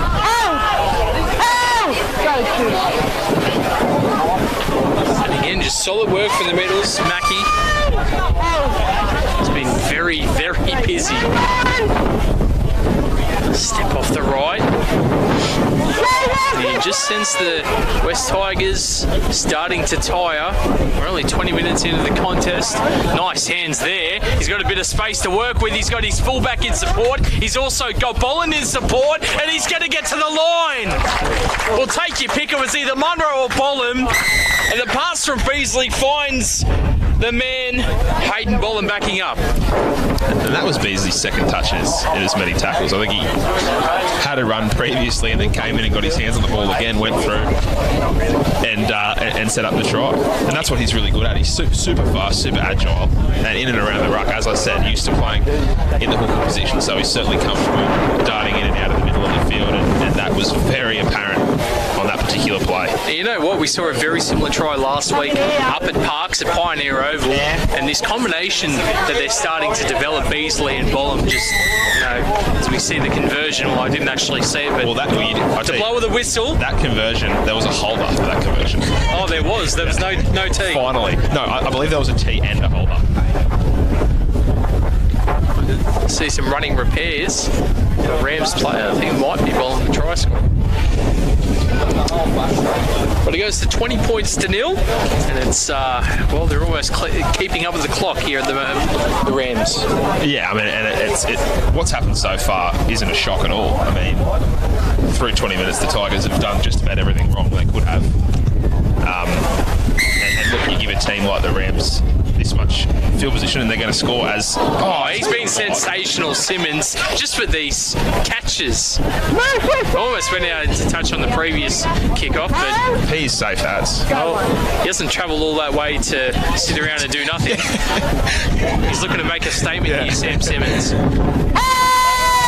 Notice he's wearing the 5, but he's playing inside Kavanagh. 11 left on. Centre might be in a more comfortable position, but nonetheless, he knows where the touchline is. He knows where infield is. Now another solid run here from the Rams. I think that's a penalty. He's been asked to play the football. That's they're really rolling on here. The Rams playing the ball quickly, finding their front. Now a bit of a run around play. There's a winger on the outside. If he needs it, he's going to find him. And just taken out into touch. Well, a bit anticlimactic, but you could say a really good set. Just pushing up, and GSR, they'll get a 10 away from their own line. Yeah, no, they threw plenty at them there, as they've done for the whole game so far, really. They're very creative. I need you to jog my memory. I can't remember GSR completing a set thus far. No, they have. Oh, no, they completed that one set, that's right. But I think it's... They haven't had much of the football to do so, though. I think it's probably, if I had to vouch to guess, 1 for 8, or maybe 2. I'm not sure. But yeah, look, it's about having the footy. They've been totally, they've really played themselves out of the match so far. And the Rams have been good with the ball they've had, but yeah, it doesn't take a rocket scientist to diagnose the 20-0 lead so far. As we see a good run here from the Tigers centre. Falaba-Au. More of that. From Big Joseph. Now here comes Steele Brown. From Camden, a lot of Camden Rams in this side. Now up through the middle, well that's better. Exactly what they'll be looking for the remaining moments of the first half, and that kick will hold up in the wind, it'll bounce, and he's done a decent effort to try and keep that in, but well, it's found touch down the right end of the field. Oh, it's a great set. It's a great set. They've gone the entire field and put it out right up the 20, and they need to continue to do that. I'll tell you what, these advertising posts were, well, they've been moving around. We've got objects flying everywhere around us at the moment. Wouldn't be surprised if we see an umbrella flying in the air in the next 5 minutes. Get ready to duck. But it actually has been, the trend of the day. You don't really like to touch on it that much. But the Tigers, in the 3 grades that I've been here for, they have just across the board lacked a little bit of polish, as we see the Rams bust straight through. They could have passed there, had support, but they've just had a bit of a hard time. I guess starting and warming into things, the Tigers, throughout the day. So there goes the interchange card. It's like a tumbleweed there, and well, this is interesting because it won't be called, but the number 8, Ethan McKellar, the skipper, he's run about 30 metres to go collect that interchange card, and he's still on the field. Not all heroes wear capes. And I believe that'll be the 13 in Rake Tuheke. He's gone over, he's playing on the right-hand side. He's had a big last 5 minutes as well. They've swapped edges where they've been attacking, and he's been very dangerous in the last couple of sets, and he gets his rewards there. And this could be anything for the Rams if they keep at this pace. Well, I tell you what, they conceded all those points last week. They've got to come out and score as many points as they can if they're any chance of making it into the finals. Well, they're tracking to hit 60, what they conceded last week. So, and it's really not good body language at the moment from the Tigers. They need the trainer to come around and bring the boys together, because they're pretty unhappy at the moment. And look, it is discouraging when you concede points like this early on, but the solution's pretty simple. Get out there, complete some sets, put the ball into touch. They did really well in that last set where they did get it into touch, but unfortunately they were a little bit lazier in the middle of the ruck, and the Rams went straight through. But look, the formula should be laid down by the trainer now. Settle down, try to slowly play the ball down, and you'll get as far back into the game as you can. Well, we have our best goal kicker of the afternoon, Bailey Hartwig, another successful conversion. That's 3 on the trot, surprisingly enough. And the win has been at an all-time high every time he's kicked it. So spectacular stuff from Bailey Hartwig. We see the not too sure what you call them, the flags out there in the background there. They are blowing about. Yeah. And it's always like, as commentators, you always think, okay, let's not talk too much about the weather. But inevitably, it happens every single time, doesn't it? And it's so hard. Well, people watching are probably like, yeah, we get it, boys. It's you're not weather reporters. You're meant to be talking about the football, but it's so hard. You're standing outside. You're feeling the cold. I'm sure the players are as well. And when you're sitting here and they're running back for the kick and nothing's really happening, you think, oh, hang on, let's throw in a comment about the win. And you don't think it's the 40th comment you've made. But it definitely is the 40th comment you've made. It could be more. So we apologise for that, but we're just trying to fill the silence around it. Hope you've been enjoying the coverage of, the opening 28 or so minutes of the under 23s, as well as the women's and the 16s and 18s that was on previously. Of course, streamed through Bar TV Sports on Facebook Live, the only way to watch live all these grades and competitions for all teams competing. It's touched there by the fullback, and I think we'll be coming back from a knock-on from the Western Rams, although it's play on. I'll give him a chance to use that advantage. The ball bounced about 15 metres forward, so it'll be interesting. I just let it go from there, I'd say. Ball's gone 2 metres back, but that's okay. The Tigers work it away from their own end, and solid contact there again by Mackie. Hasn't come off the field yet. Been out there for almost half an hour. Really impressed by the minutes that some of these bigger fellas can play in the 23s. As there we go. See a penalty, and maybe. Well, okay. Do you take the tap kick here, or do you chance your arm and go for touch? That's a good question. I'd probably tap it, to be honest. Yeah, smart decision. Like there. dead set. They're smack bang in the middle of the field, and you think their heads would really drop if they could. Even if you find touch, you're probably losing about 5 or 10 metres. You never know. Yeah, no, that's looking back on it, it was probably a no-brainer actually, given the wind. That's a high tackle. So Simpson. A pretty lenient ref, which isn't a bad thing at all, but there's been a few, iffy tackles that have been let go. Just letting the boys play, which sometimes it makes for, more free-flowing football, which is good to see. As we see the fullback straight through the middle, and all the speed in the world to get the GSR West Tigers over the line. Daniel Muir, take a bow, son. Great stuff through the middle. And the man from Camden. That was unreal. Well, he just picked it up and, he said, well, nothing's happening, so I might as well just go in and make something happen myself. Well, I think we just found out who's going to be responsible for a Tigers comeback if they do manage to claw their way back into things. That was really good. Speedy as. I think he pretty well went untouched there. Yeah, he just kept the Rams sort of on their toes and straight through the line, and really good speed. No real step to speak of. He just ran around him. So pretty ordinary defence. I don't think the coach will be happy with that for the Rams. That's not a good one to give up. The way that happened. One of the few blemishes in this first half so far. And dead set. That what you'd say that'd be about the first time that they've even had a sniff down the other end, and they go through and score. And look, I mean, it's probably not super surprising considering you mentioned the Rams did concede 60 last week. They obviously still have some deficiencies with their defence. So, and that'd be encouraging for the Tigers. They'd be thinking, hey, look, these lads, they can throw the ball around, but they also gave up 60 last week. So if we get down there, let's show them what we've got. Yeah, let's take advantage of something that they have struggled with in recent times, and that's ultimately making tackles. So, and on that occasion, they went straight through. So, good stuff by the Tigers. And I think sometimes, although it's sort of weird to say, being down by 26, you've got to throw the football around to score points. Yeah. So it puts the favourite in favour of the Tigers to go out there and just try and cross the lines as many times as they can. We see another successful conversion. We're on a roll here, 4 in a row from either side.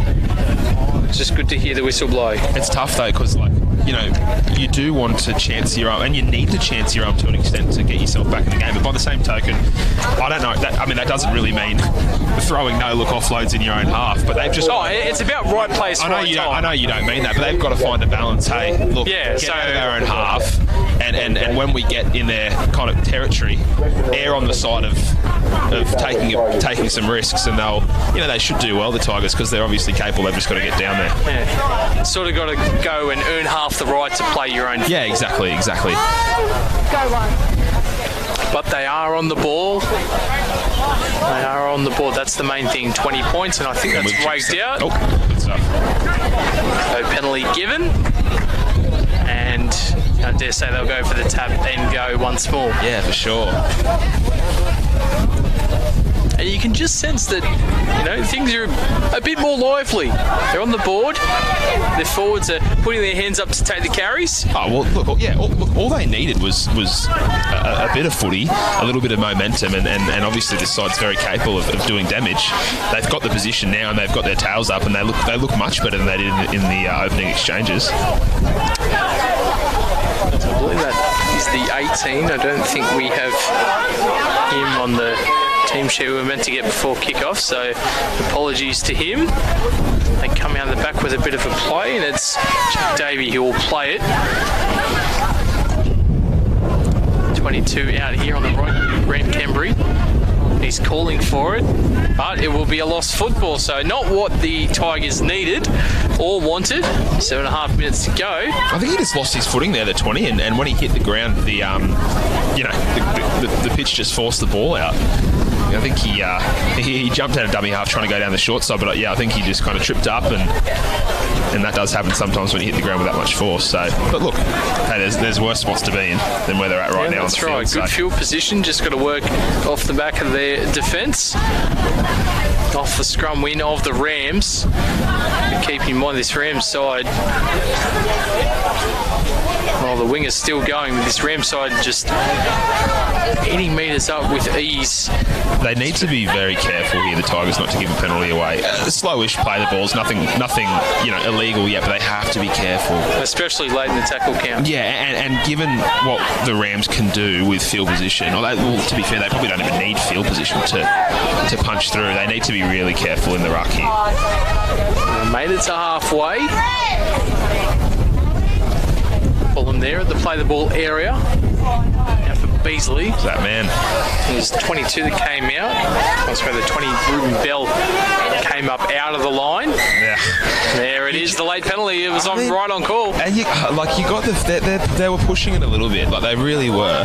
But you've worked so hard to keep them to that's horrible. The least amount of metres that you possibly can, then you give away a penalty. Yeah, and look, you could see it coming. They were pushing it a little bit in the ruck early on the tackle count, and that was kind of that was enough for the referee. And that's It's sort of like being at home and dipping your hand in the cookie jar where your mum's watching, and you're not allowed to have any cookies, but you just go in there once too often, and they've done it once again. I think the jar's empty at this point. And there's a quick tap from Hartwig. Backs the turn. He could be over. They're onto the Jats crackers. That was not one. And he's lost the football. So okay, well, a total let off there, obviously, for the Tigers, and they'll be considering themselves pretty lucky. Oh, very lucky indeed. Could have been a 30 points to 6 score line. But as of now, seriously, down 20, they're still right in it, but they need to be very careful, and that'll be a talking point at halftime, probably. Like, what happens is a lot of the time when you're playing in the first 10 minutes of a game, you figure out the referee's level of leniency and how long they will let you get away with holding players down in the ruck, and the Tigers should know that by now. Hey, look, we can give them a little bit of strife, but this referee will penalise you if you're hanging around for too long. So they've gauged that now, and they need to make sure they don't give any of those away, because as we've seen, the Rams will make them pay more often than not. But that being said, with the other penalties that we sort of didn't get given in the early stages of the first half. Yeah, well, look, I mentioned she's doing a good job for sure, and some of these tackles she's been letting slide, I think, has been great, but she's obviously reached her limits with letting the Tigers, hold people down. Okay, I've let you sort of do what you want, and now I'm going to penalise you. Yeah, clean it up. There's the 15 in Blake Wells from Campbelltown. And I think the main point for the last 4 minutes is just not conceding any more points. Yeah, well, I'd even flip it and go as far to say as they'd really like to score some. Yeah, definitely. Try before half-time would help. Yeah. Win. Well, that's the kick I was looking for. Perhaps on the bounce. And, well, it's in the hands of the halfback. Apologies to our... Yeah, that ref's mic's been up and down all day. Yeah, I mean... You speak about the win, you can really attribute it to that, but out to the left-hand side they come. No. Catch, pass. Looks to be another 4-pointer, and closest to the sticks as you can get for Zach Brown from Cowra, who goes over, and that's exactly what the Tigers did not want. Yeah, that hurts. I mean, look, you put a bomb up. It was a sensible part of the field to put up a bomb, and you kick it up in the air, and it ends up landing 10 metres behind from where you kicked it. And look, it was the right idea to put up the dangerous highest spiral bomb, but the wind blowing at 50 meters back. You'd almost say, let's cut the bombs out. Like, at this point, you'd just be better off drilling it along the ground because they're not getting anywhere with those high kicks, and it's no surprise either. So that's a tough break for the Tigers. But they should have known that from the kickoffs that we've seen from them. Yeah. They've sort of been kicking it along the ground. Yeah, but I mean, look, as you said before, like, and the wind can go from going one way 1 minute to going the other way. So those bombs can oftentimes work in your favour and go in the right direction. But on that occasion, it feels like we're at the Bermuda Triangle at times. The wind just, doing what it wants. Yeah, they'll have to figure out what they're going to do with the kicking. It definitely makes things hard, but it hasn't made things too hard for the goal kicker, who's nudging them really well so far. Goes through his paces, the Nathan Cleary style goal kick, the swinging of the arms. Everyone has their own little intricacies. And well, Kalen Ponga last night for the Knights did like a one-step rugby union kind of. I don't know, it looked really weird. Does that? I mean, it's funny how every kicker has their own routine, I suppose. I remember going back to the early 2000s watching Union. Johnny Wilkinson. His was weird. The bend over. Yeah. But a lot of players have sort of taken that. Adam Reynolds is one of those. But I guess what works for you, Yeah. Who had Jamie Soward had a weird one. He did the march on the spot. Yeah, it was like a military march. We had Mark Riddell with the arm raised. Oh yeah, that's classic. That's unprecedented. You'll never see that again. Yeah. Who could ever forget the try celebration? Him jumping over the stands and clapping himself. Fantastic. I'm all for that. There should be more try celebrations. Yeah, more I don't unique have an issue ones. with it. Yeah, well, I mean, why not? I think it's fine. Well, 60 seconds to go. 32-6 the scoreline. The Rams have been, very good. Yeah. To put it as simply as I can, they've just been really good.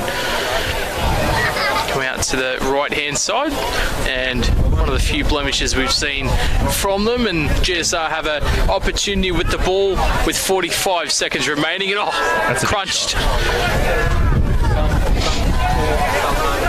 It was Ben Maguire.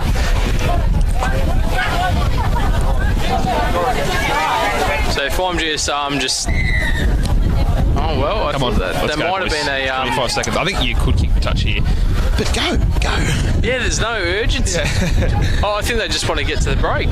Oh, well, here we go. Here's the kick, and... here it comes. Oh, Jesus Christ. Scary stuff. Pardon the blasphemy, guys, for religious individuals watching. Watching as fans, as well as commentators. I'll try and keep it to a minute. But we do have a final play, hopefully. The siren does not sound, so here comes the last play for the GSR West Tigers in the first half of the under-23's. We haven't heard a siren, so this could be, for all we know, there could be 15 minutes left. There we go. We're not having half-time. Ricochets and that'll do us for the first half. I think everyone needs a break. So 32 points to 6. The Rams over the GSR West Tigers will go through the try scorers of Wade Kavanagh with a try double. The distance man Sam Simmons with a try himself. Zach Brown as well as Hayden Bollum and Rake Tuheke. And we have some goal kickers. Bailey Hartswig has been pretty good with the boot with 4 goals and a try to Daniel Muir, who sort of came back for the GSR West Tigers, but it is 32 points to 6 at half time. Myself and Jake Humphries will be back for the second half of our final game of coverage for Country Rugby League.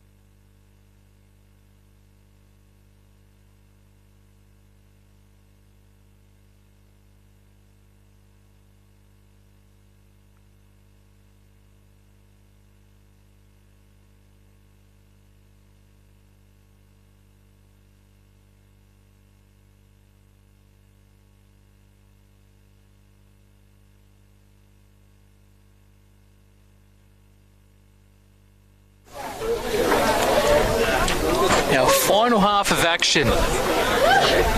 The under-23's have a 32 points to 6 scoreline. Rams and the GSR West Tigers. Of course, those unfortunate events unfolding in Christchurch a couple of days ago. Several shot.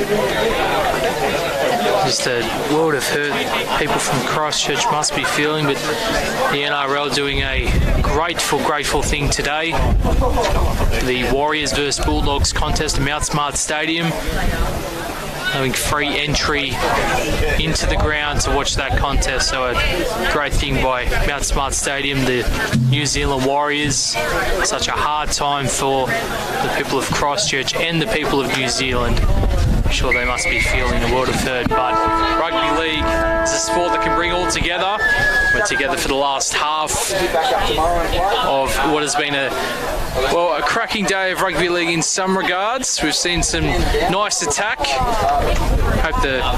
Wish the scorelines were a bit closer, but some good attack and some good plays nonetheless. Jake Humphries joins us back. Haven't really had a nail biter yet, have we? No, and first couple of under-18s contest earlier on, we saw a few draws. Of course, there's no extra time to speak of in these country championships until we reach semi-finals and finals. So a few draws that actually put some teams out of contention of finals. But yeah, there's been a lot of one-way traffic in these contests here today. We see a nice offload, and now it's Lachlan Munro who gets the ball away to the 3. Some nice passing. And just 10 metres out from the opposing line, rather. Ben Maguire. He comes to the left, and he's in a more familiar position of dummy half, and I dare say that'll be knocked on by GSR. I think they're going to go with off Rams. A double knock off. I think they're going. What's going here? Yeah, 6 tackle changeover.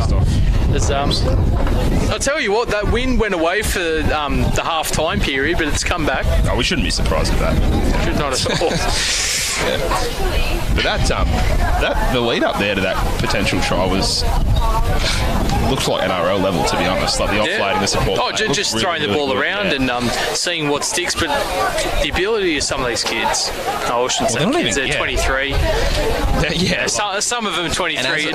As I was saying at the top of this game, it's like there's guys in this Rams team that are top players in the men's Group 10 comp, so it's not as though you've got bench warmers coming out here. Yeah, that's right. They're out here to prove a point. Yeah, like really good players. Yeah, still in the young stages of their careers. Yeah. Hopefully, people looking at them, some scouts possibly as well. That's probably the best kick of the day there from the Tigers, and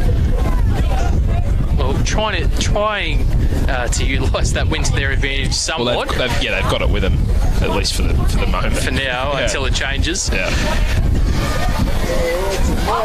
But how do you go about trying to score 26 points in a half of football? I mean, I know the Rams did it with ease, scored 32, but after you've been defending on your line, and how do you try and combat some of this attacking play that we're going to see here for the Western Rams? Full back to beat, but he is helped there in defence, and Zach Brown, he was looking for a try double. He's gone into acting half again. They come to the right-hand side, and a good tackle there on the last. I dare say he's going to be penalised, and could be 10.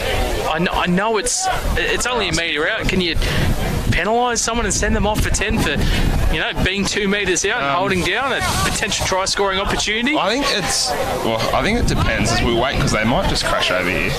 I think it depends on the momentum or the potential you took away from the play. Does that make sense? Because in that instance, if he had got a quick play the ball off, I think a try on the insurance a one-on-one strip play would have been really likely. I don't know.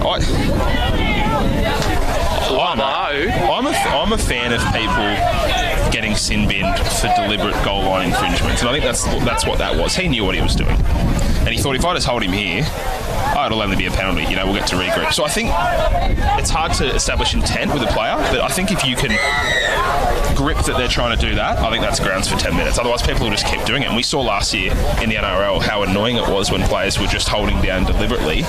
And I think you've kind of got to patch that by just sending blokes off. Even if you bring in go have a 5-minute spell. But I think something more than a penalty has to be given. Well, I think they sort of did that last year with those sin bins. They started to. Yeah, they started to. Some teams would rather take the extra man off the field just to, salvage the 4 to points. Not concede a try. Yeah, that's it. But then you're off 10 minutes. Well, there was a lot of speculation about potential. You could if you gave away a deliberate goal line infringement, you have one of your players go and stand behind the end goal for the set. Just something to make it, more costly than just a penalty, because it is very deliberate and. But not so costly that they're off the field for 10 minutes. Yeah, because normally a try is going to come with that as well. So, but anyway, that's a talk for. Yeah, well, GSR West Tigers, they're down the other end of the field, really good field position and an opportunity to strike here. It's the 20, Ruben Bell. He's got plenty of spark out of acting half. He could be the catalyst for a potential Tigers comeback if they're able to get a sniff. As Krabakili in goal. Beasley was all over that one. Yeah, great hands. Well, I was just talking to Nick McGrath, the great regional journalist from the Central Western Daily, and he was telling me that word coming out of the Mudgee Dragons camp is that Beasley's just been going absolute gangbusters, was his quote at pre-season training, and Mudgee's shaping to be a real gun side in that competition. So it looks like Beasley's taken his practice form into this under-23's campaign, and he looks pretty good. And do you think, with someone the calibre of Josh Drinkwater coming into the side, he'll understand, okay, perhaps, or he's going into the hooking role that you said he's more familiar with. Yeah, I think he is. I didn't track him through juniors or anything, but I think he's equally comfortable playing in hooker, if not more, I think, yeah. But I don't know. It's great for him to play with, a person that's played in NRL before in Super League. Yeah, absolutely. I think the thing with Mudgee is they need to, when teams bring together a group of really good players that are going to bring high expectations, sometimes it's hard to A, live up to those expectations, and B, figure out everybody's role.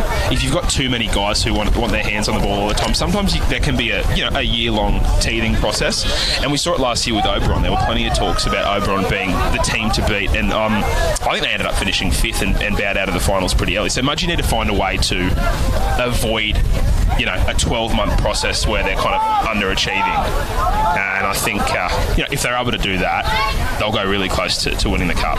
Well, I'll tell you what, he has looked dangerous out of dummy half as Beasley as they go down the left-hand edge. Ball on the inside, great support, and Simmons, he'll have a double, and he goes right underneath the 6 for what seems the first time in an absolute eternity, right underneath the black dot. And it's the left-hand side again. Let him take that ball back to Burke.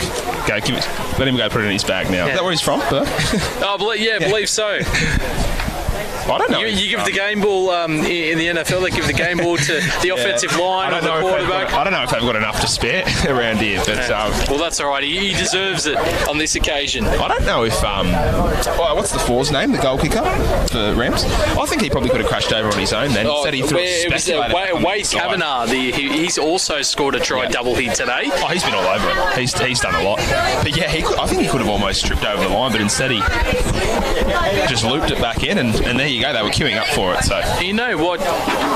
Not that they weren't impressive last week, but they were pretty quiet. They somehow, got to 20 points, but he was really impressive in their loss last week, Wade Kavanagh, and he's showed his quality of talent here today again as we see Hardwick line up from the front. Again, I just spoke to Nick, and he said that a lot of those Monaro players are just Raiders reserves. like they did their best to put really good players in that team. So, and look, as we're seeing here today, if you to lose 60-20 and then come out and put 38 points on in 38 minutes against the Tigers, that Monaro side it shows the quality that they have. Must be pretty good, Well, like I said, a lot, not all of them, but quite a few players joining from last year as well, and then players sort of being in and around Raiders under 23s and that sort of stuff. So just being around better talent sort of elevates the talent of the other players that you have. So 38 points to 6, 32 points difference, and a little over 31 minutes to go as the Rams, they go towards the 50.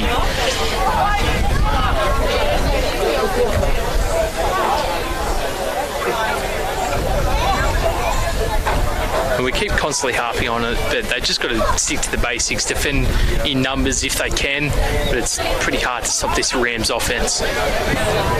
Yeah, look, it's probably a case of the old, one complete set at a time, one try at a time. Here we go again. One tackle at a time. Through the outside, there's players queuing up, really. And, well, an effort. But a try to Jed Betts off the bench. Local from Bathurst gets over and extends this comprehensive lead that they have. Yeah, you don't want to say that they've... I won't suggest that the Tigers have given up, but at the moment there does seem to be a bit of lack of enthusiasm. They probably aren't playing with the same intent as what they were before. But, they should correct that. Still a long time left, so they can't. They can't put their heads. Yeah, well, half an hour to go. This could be anything if they don't. Could get ugly. Yeah.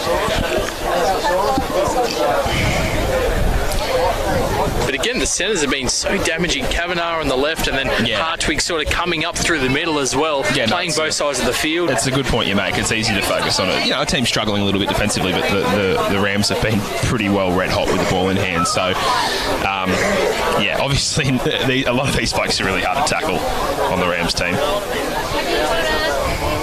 And slowly making up that points differential, getting close to 0. They're making it up, I'd say, quickly. Yeah, very quickly. And if they can score any more points, again, depending on what happens with the team that won, or the teams that won in week 1. Well, Bailey Hartwig, he's like, what are you talking about? What? This goal kicking thing is pretty easy. Yeah, no. What's he at, probably? I think he's missed I think he's missed 1 or 2 all day. Yeah, 2 all day, 8 tries, 6 conversions, 75%. Not too shabby. It's pretty good. I'd take that.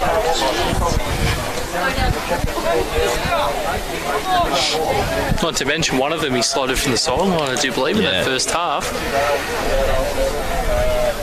Well, 75% is probably your average NRL clip, I'd say. Or maybe it might even be above an average NRL clip. I'm not sure, so it's definitely good.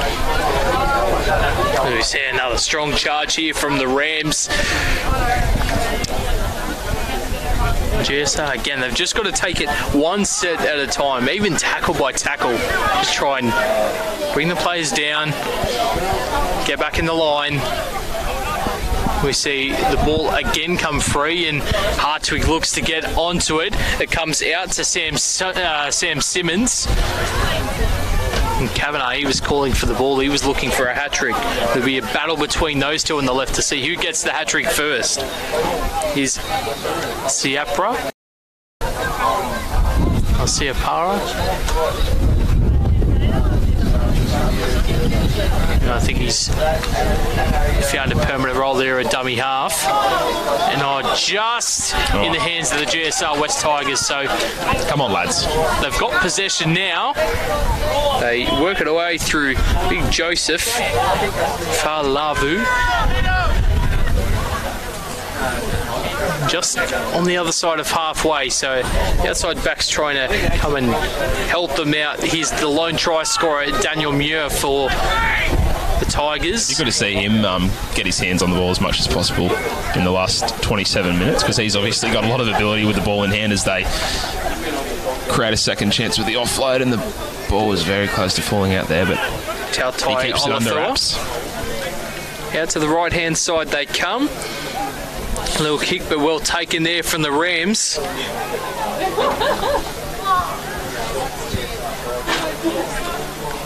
You think the Rams, I mean, obviously they're going to look to score points, but they can sort of sort of take a bit of a breather and just get through their sets. Yeah, and another thing, I mean, I'm sure they've got new players they have other players they would like to try in different positions and maybe a couple of new combinations or even a couple of new set pieces, and I think up 44-6, you don't want to completely disregard the opposition, but they're in a good spot now to maybe roll the dice a little bit. Normally when you go ahead by this much you play conservative, but by the same token, moving into the finals you still want to be trying some new things, so I think they'll keep chancing their arm, to be honest. And we see a lost football there. Yeah, 50-50 call there. I'm a fan of that call, to be honest. It looked like he was more worried about getting a penalty than playing the ball, I guess, carefully. But like you said about experimenting with those changes, Jack Beasley seems to be slotting into the dummy half role. Yeah. Yeah, well, I mean, especially important with the finals campaign around the quarter. This Rams team's tracking to make the finals of this competition. We'll have a look at our ladder. We don't have a live ladder, unfortunately. Well, even if they're not, it's still combinations that you want to kind of move forward with into future campaigns and things like that. So they've obviously got plenty of versatility, plenty of depth in the skill positions, the Rams. So they might think about throwing someone here and throwing someone there and just seeing what they can do. And look, the Tigers have just got to keep at it, really. Well, again, depending on what happens with the other results, you've got the Dragons and the Colts, who were the two highest scoring teams last week. So if they go down, then you've got the Roosters and the Riverina Bulls. They don't have that flashy of a points differential. Well, that's another factor. I mean, is it going to come down to for and against? And if it is, then do you think... it definitely will. If it is, then do you think about putting in new combos, or do you just want to keep, going away and scoring tries? Yeah, I didn't actually take that into consideration. If it is going to come down to for and against, then just keep going. Well, we'll definitely try and keep you up to date. There's a nice take there from the fullback, and away we go. He's just been tripped over there. Tackle from the 20.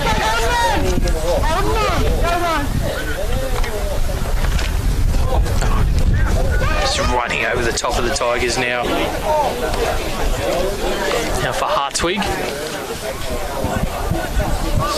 So I dare say there's a relation between the Hartwigs. I would say so. They look similar very as well. Similar running styles. Yeah, they're built similar. Nice support on the inside. Just missing out on that opportunity, but GSR have the ball. Mitch Burke looking for the ball on the inside. Yeah, both pretty solid runners of the football. Hartwig boys, I dare say they'd be somewhat related. You'd be looking at a pretty massive coincidence if they weren't, I'd say. Yeah. Is it same junior club there? Or same I guess Group 10 club? Forbes? Yeah, same I think. Forgive our knowledge, viewers. Yeah, both from Forbes. Yeah, so there you go. Look, if we same assumption. Put the dots I'd bet together. my life on it. Here we go. Nice play. Can he get the ball free? No, good tackle. Zach Brown in there on the much larger Fa'alavu. And he will play. It's a real chance here. The fullback trying to chance his arm, but he can't get over. So last tackle here. Let's see what they can do. Perhaps a kick into the in goal. It ricochets, bounces around, and it's going to be a penalty offside. Yeah, accidental offside. Yeah, always the one that kills you. That was close, actually. So a scrum feet about 10 metres out. Tigers feet, yeah. Yeah, Tigers feet. So a chance to go on the attack, and you spoke about those set pieces from scrums earlier. Potentially something out here on the right-hand side. Oh well, I can't think of why they wouldn't try to throw something on here, given the situation of the game. So I hope they get it through some hands, which they don't. But they go against close. our judgment, but they've got a full. They'll be full setting set up, and they got room on their right side if they want to go, and they should go now. Full set of 6. And it just finds the winger, so it was touched again, so it should be 6 to go. There it is, a 0 tackle call, trying to burrow his way over and just held up. So just trying to get over the line by any means necessary.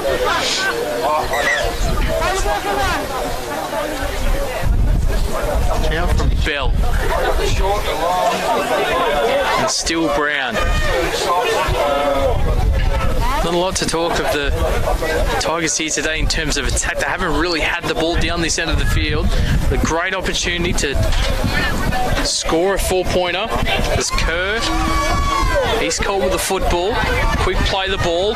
Bell, dummies. Good solid contact there from Berg, but he was offside. Another set of 6. Some back-to-back sets here for GSR. Building pressure. Come on, boys. And I think it is clear that two of the more likely threats for the Tigers, number 20 and number 1. Forgive me for not having the name. Bell and Muir. Yeah. Here comes a big fella, Whitehouse. They're looking to barge their way over, but I like what you said before, going through the hands, they're just got to try and catch a defender out. Perhaps turning someone back on the inside, a change of angle. Try anything at this point. You're down, 36 points? 38. 38, 20 to go. Only just barely passed Matt. I don't even know if I did pass, actually. Surveys his options. Bell, short side.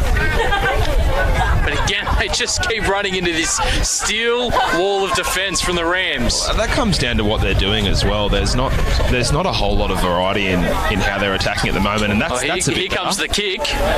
Regardless. Here comes the chase. It's just a bit too deep. Yeah, look, it's at that point I felt like it was a good, a good decision to put it on the toe. Just a bit too much on it. But yeah, I mean, look, there wasn't a whole lot of threats there for the Rams defensive line to deal with. I think the Tigers will be trying to make a note of throwing a bit more at them, getting the ball through a little bit, through a few more hands rather, as 20 just came off a bit crook from a tackle. Hope he's all right. Here comes the standing dummy half, Beasley. I've liked him since he's moved into that dummy half role. Looks confident in both positions, but definitely feels like he looks more at home at dummy half. Yeah, well, I mean, not only does he have good service, which you'd expect, any dummy half. Oh, here we go. Down the left-hand side again, Kavanagh. That was almost identical to the last break he had down there. He just threw the ball out. But it'd be, it'd be Beasley's acceleration that makes him, I guess, a standalone talent. He's quick. And I'll tell you what, it's a credit to the coach Tim Ryan. You've got Travis Odilov sitting there in the reserves, who he had a fantastic game last week, and you've gone, okay, perhaps I've changed my mind. I want Wade Kavanagh to play on the left side. He's been fantastic as well for Sam Simmons. Yeah, that left side's been very busy today. I mean, you can't really fault anyone on the Rams team in terms of how they've conducted themselves on attack. They've been pretty sharp, as we see the Tigers put one of the better kicks of the day, really, for them, down to Munro, is it? Yeah, Lockie Munro from Orange. Beats a few defenders and good tackle. That's what he normally does, as we see the 17 come on in Jay Slavin. So they're moving back really slowly around the ruck now. The Tigers, they've got a lot of energy. They're dawdling a little bit, but that's to be expected, like when you're playing this much defence and when you're playing against a team that's moving so quickly. Here we go, a break from the lock forward, comes back away, offload on the inside, Tueke looking for another option, but they've decided to hold on. Surely they'd come to the left. Yeah, they've got a lot happening on the left. Acres of space. Give it. Out it comes.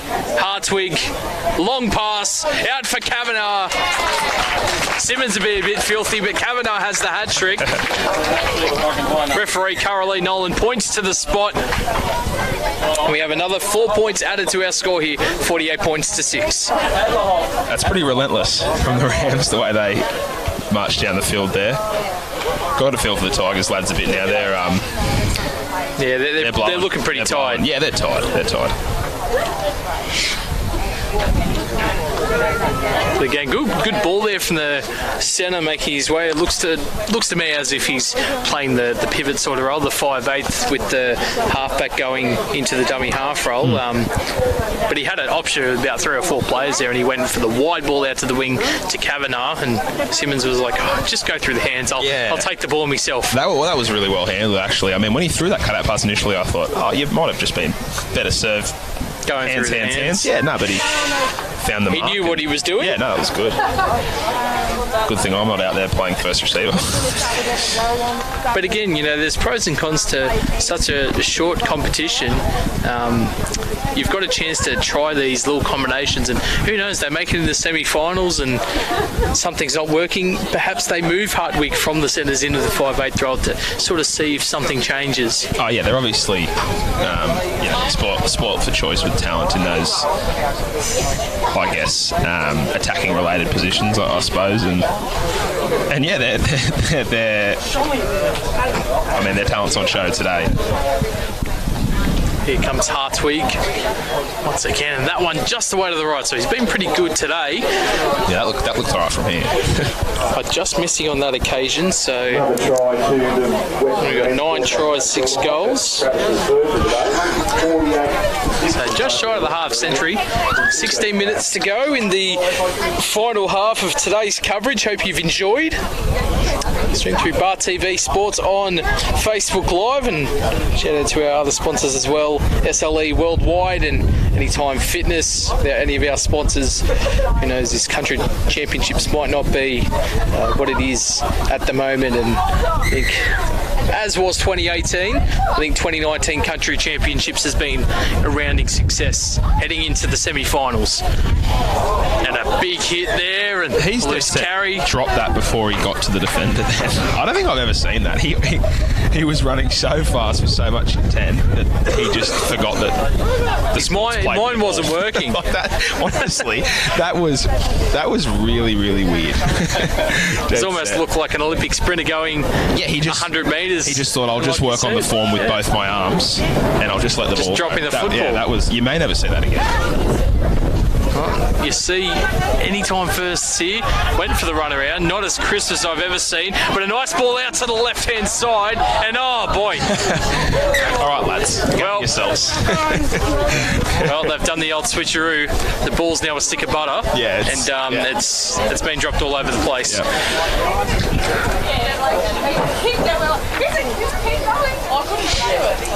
And we see the 20 come off Ruben Bell, and he was had a solid stint out there. He was good, and he was in the wars a little bit too. Obviously, there's a big forward pack for the Rams there, and as a hooker, you're going to have to do a lot of work in and around the ruck. And he obviously was feeling it a little bit, but he still had enough energy left over to threaten with the ball in hand. And I don't know if he'll come back on now, but he was. Yeah, he was trying to go the bigger man 1-on-1 too.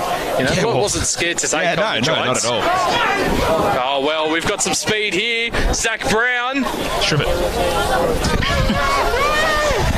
And well, it's a question of not if, but when. As we see a play in back play, and I don't think that was meant to happen. Caroline Nolan's going to have a talk, possibly to the centre. Jacob Wright. Play will be brought back for a illegal tackle without the ball. And see the cramp already starting to build up there after a bit of a run from Zach Brown. In these cold conditions, how much do you think the outside backs go, okay, we're up 48-6, ref, can you take me off? I've done my job here today. I don't know. It depends who you are. Like, every player's different. Like, you've got those blokes who have scored 4 tries, but they're really, really keen to score 5 and 6 with 10 minutes left. And then you've got the other guys who are, that's enough. I don't want these cramps. I've done my job today. I want to sit back and relax. But what just happened off that scrum is what, Tigers coaching staff doesn't want to see. Because obviously they can't win the game at this point, but what they can do is still, hit and stick and try to limit those missed tackles. So they want to be making sure they apply themselves defensively for the rest of this game as Beasley ducks out on behalf and looks so good doing so. Goes to his halves partner and now the forward who's on that left-hand edge to Heke. And Beasley again a dummy half. Surely he was offside. Offloads the ball out the back. And the big fella trying to put on his dancing shoes, McKellar. I think a bit of frustration seeping into the GSR West Tigers as well. Need to keep a cool head. Went for the pass and is touched by the Tigers. Look, it's good that they're consistent with it, but I don't think there was any way that was played at. But they'll go back for a tip and they'll say... Oh, it was definitely touched, but again, for sure it was touched. You'll see, generally when people go in for tackles, the ball's touched, but is their intent really to touch the football? They're just trying to make the tackle. No, I mean, normally it probably isn't, but again, it's such a fine line between... it being deliberate and not, and you really can't. It's very hard to pinpoint that, especially, when you don't want to be taking time reviewing it. And at this level, you've got no opportunity to have a look at a replay. So I think it is fair to just say, hey, look, opposition touches it. You can take the ball back. But that was unlucky for the Tigers there because there's no way that was played out in that instance. So Oluwapu to play now for Beasley, the Slaven. We're going to bring up the 50 here are the Western Rams. Something he went that close. Was done against them. Beasley, they just looked to crash their way over, and no, he's lost it over the line. Mackey, well, he had a chance there. Copped the short ball there from Beasley and just couldn't get it over the line. There's only a select few props and big men in every team or in the competition that are capable of scoring tries like that. It doesn't look that hard to pull off, but more often than not, when an acting half throws the ball to a charging prop at the line, it'll result in an error more than a try. And you saw that there. It's actually it's really hard to pull off, and teams try to do it a lot, but I'd say it ends in a turnover more often than it does 4 points. And it's hard to do because it's all about the timing. You got the forward running onto the football. You want to try and get that ball as flat as possible to hit that line. Yeah, exactly. It's got to be put very close to the defensive line, and it's hard to secure when you've got so much to think about as a... Oh, here we go. I think Beasley was caught offside then. Goes into marker there. The run from Shipley. Had a few good runs out here this afternoon, and now Favalau. There we go. Tried to adjustment something. Looks so promising. Just losing control of the football. That's good to see him get early ball, though. He's obviously someone who can break tackles and roll forward. Looks quite quick, quite strong. Yeah. With a name like Joseph Favalau, surely he's a good player. Yeah, I'd say that's a safe assumption. I'd say, generally speaking, the longer the name, the better the outside back. And the more difficult to say. That's a given. Yeah.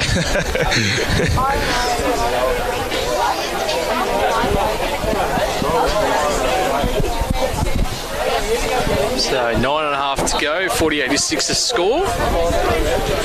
And the under-23's country championships and the Western Rams have possession of the football. And here comes Sam Simons. He breaks one tackle and he's got some speed. Kavanagh up in support. He's going to go all the way himself.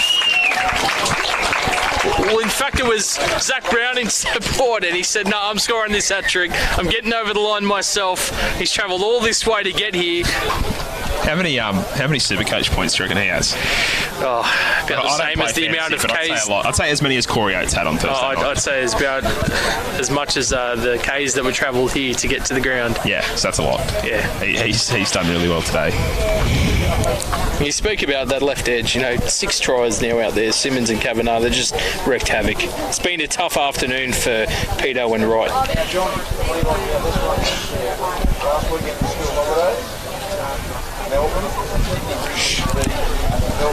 So the man from Nyngan, a hat-trick. And so is it Nyngan or who? There was someone you were talking. Is that the guy you were talking about being from a long distance away? Yeah, I believe he lives in Burke. Okay. He has played for Nyngan. Okay. And not too familiar with my surroundings out here, unfortunately. Yeah. But I know Burke's a long way away. Let's just say he lives a long way away. Yeah, all right. He plays and trains a long way away, and he's got 3 tries here today. That's the main thing. Trying to make his name known. as we see Hartwig. Oh, the 50's been brought up as well. 52 points to 6. There it is. Raise the bat somewhere. A half century is Hartwig. He's been given some tough conversions, but, well, I think it's been a sound effort with the boot from Hartwig. For sure. Wait, is that Hartwig?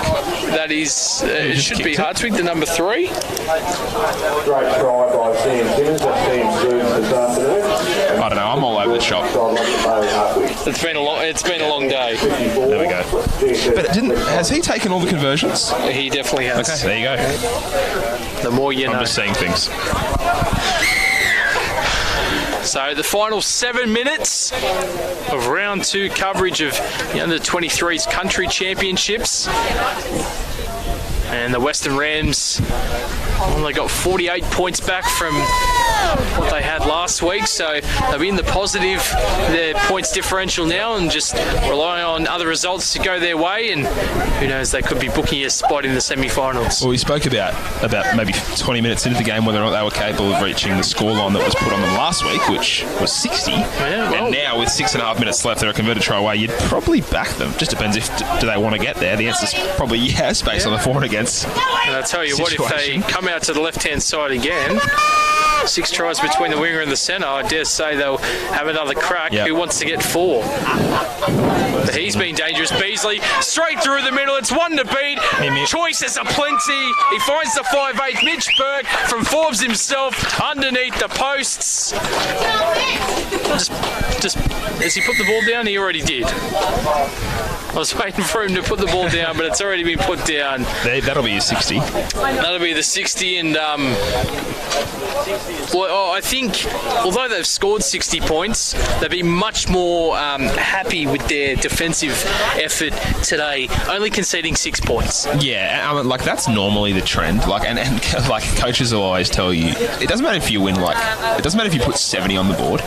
The coach will be like, oh yeah, that was good, but we defended well. But I think it's even more apparent this week because of how exploited their defence was last weekend to only concede 6. So far, still 5 minutes to go. But to only concede 6 so far, yeah, I'd say the coaches definitely would be happier with that than the fact that they've put so many points on the board. So a well-rounded performance from the Rams today. This conversion attempt so far scored 78 points throughout the 2 games, make that 80. So an average of 40 points a game doesn't sound too bad at all. Over the last 2 games, yeah. Over the last 2 games, yeah. But then you take in these 60 points, they've also conceded an average of 33. So winning games in high-scoring contests. Yeah, well, I mean, I guess a team's tendency to have a lot of high-scoring games can be put down to obviously the way they play. Because if you're throwing the ball around so often, not only is that going to lead to line breaks for your own team, but it will also more often than not lead to more chances for the other team, and it can lead to matches being played in either team's red zone. So obviously the Rams have got no issue chancing their arm as they're probably going to bang on a shift here from the kickoff straight away, and they're all straight through. Can they get the offload? He's not going to need it at the moment. So I think that it looks like they're shooting for 100 the way they're running at the moment. Oh, well, there's only 4 minutes to go, but word from the coach, maybe he knows something that we don't. Picked off it. Try. That's what we call the old pick 6. Well, that will be, I think it's the 19 Richie Manstrom, Thuril Tarmore, and well, they peg one back. Yeah, I think they were getting a little bit too keen on themselves there. The Rams are like, oh yeah, this will stick. Let's throw this speculator. I think Kavanagh just screamed out from the left-hand corner, yep, I want 4, and good effort there from GSR, and good effort from the winger not giving up. So who did it better, him or Edric Lee on Friday night? I think Edric's was a bit more controversial. Well, Edric's was longer as well. But I think that was more. That was more of a surprise. That was a very good intercept. Yeah, that was very good. Very a lot harder to take that some individuals would sort of guess. It's all about the anticipation, and once you get there, you've also got to catch the ball and then continue your motion running forward. So a good effort there from the winger. Yeah, I think the biggest thing with it is deciding when it's appropriate to go for it. Because if you end up coming up and you think, oh, here comes a long pass, I'm going to intercept this. If you misread what the opposition's doing, you're basically in no man's land. You're vulnerable to all sorts of options for the other team. So obviously it worked out for him on that occasion. He ran up at the right time, and 4 points was the result. So good. It's good to see the Tigers score a try. Well, I think he sort of chanced his arm. He's like, try. well, look, it's either I score or they score. Look, they don't have a whole lot to lose at this point. He thought, let's go for it. And there you go. I believe this is Jake Simpson, also from Thurl Tamor. Yes. He slots it, so a bit of positivity to come out of the West Tigers for the final couple of minutes as we wind down to the final 2 minutes. If you had to pick one player from this Rams side that has been the absolute standout, there's plenty to pick from, but is there one that you can put your finger on? Well, I think anyone who's listened to this game would be able to tell that I've probably given the bulk of the credit, maybe a bit too much credit to Jack Beasley. It was a friend of mine. You've given him a fair bit of rap. I think I'll steer away from Jack for this accolade, and maybe so it's got to be someone from that left edge. Yeah, I mean. Yeah. We'll see. Myself, I was going Sam Simmons, the distance man, to travel 560 Ks and score a hat trick. Can't imagine the amount of, how many hours has he slept? How's he prepared for this game? We see an attack down the left-hand side again, and just another drop football. So another opportunity, perhaps for this left-hand side to, put one more try on the board. There's been a few. I mean, I'd say Lachlan Munro has been good. Probably hasn't touched the ball as much as some of the other players, but he's been good. Rakai Tuhecki's been good. He's actually been really, really hard to get a hand on. And then obviously Kavanagh, Hartwig, both been good. So, look, I mean, you'd go back and look at every player and say they've all probably played pretty well. But I'll get off the fence. I'll go Tuhecki. I think he's been good. I don't think he's had as many runs as some of the other players, but I think basically every time he's touched the ball, he's broken at least one tackle, and he's been really hard to get a hand on, so I'll give him the nod. A much improved effort from last week. He did play in the middle of the field and seems to be a bit more comfortable out here on this right-hand edge. Has been, like you said, pretty hard to get a hold of. Well, I mean, you've only got to look at the way he's built to figure out why he likes playing out there. Like, he probably doesn't have as much beef as some of the interior forwards, and he's also got speed, so that translates well to an edge role. Even now he's playing in the centres calling for the ball, so he's definitely best served playing that edge role, and we'll see the siren go. Yeah, well, it could come his way, although it's taken out dead there by Joey Pito. And that's the end of action today. 4 games we've had, and this is the end of the final one. The under-23's Western Rams, they take home round 2 here against the GSR West Tigers, 60 points to 12. We'll quickly run through the try scorers. Zach Brown got a try. Quickly, there's a lot. We've got Kavanagh and the man himself from Nigan with a hat-trick, Sam Simmons, Mitch Berg, Hayden Bolam, Rake Tuheke, and Jed Betts. The try scorers for GSR, Daniel Muir and Bryce Ritchie-Mans. It's been an absolute pleasure calling alongside you, mate. Thanks. I've had fun. It's been a good day. Yeah, and we hope that you've enjoyed our coverage of not only the under-23s, but the whole country championships. It's the end of round 2, and the next time you see us on Facebook Live and Bar TV Sports, we will cover the semi-finals through all 4 grades. So that should be fantastic from both the Northern Pool and Southern Pool. From Jake Humphries and James Robertson, it has been fantastic calling, and we'll see you next time. Hooroo.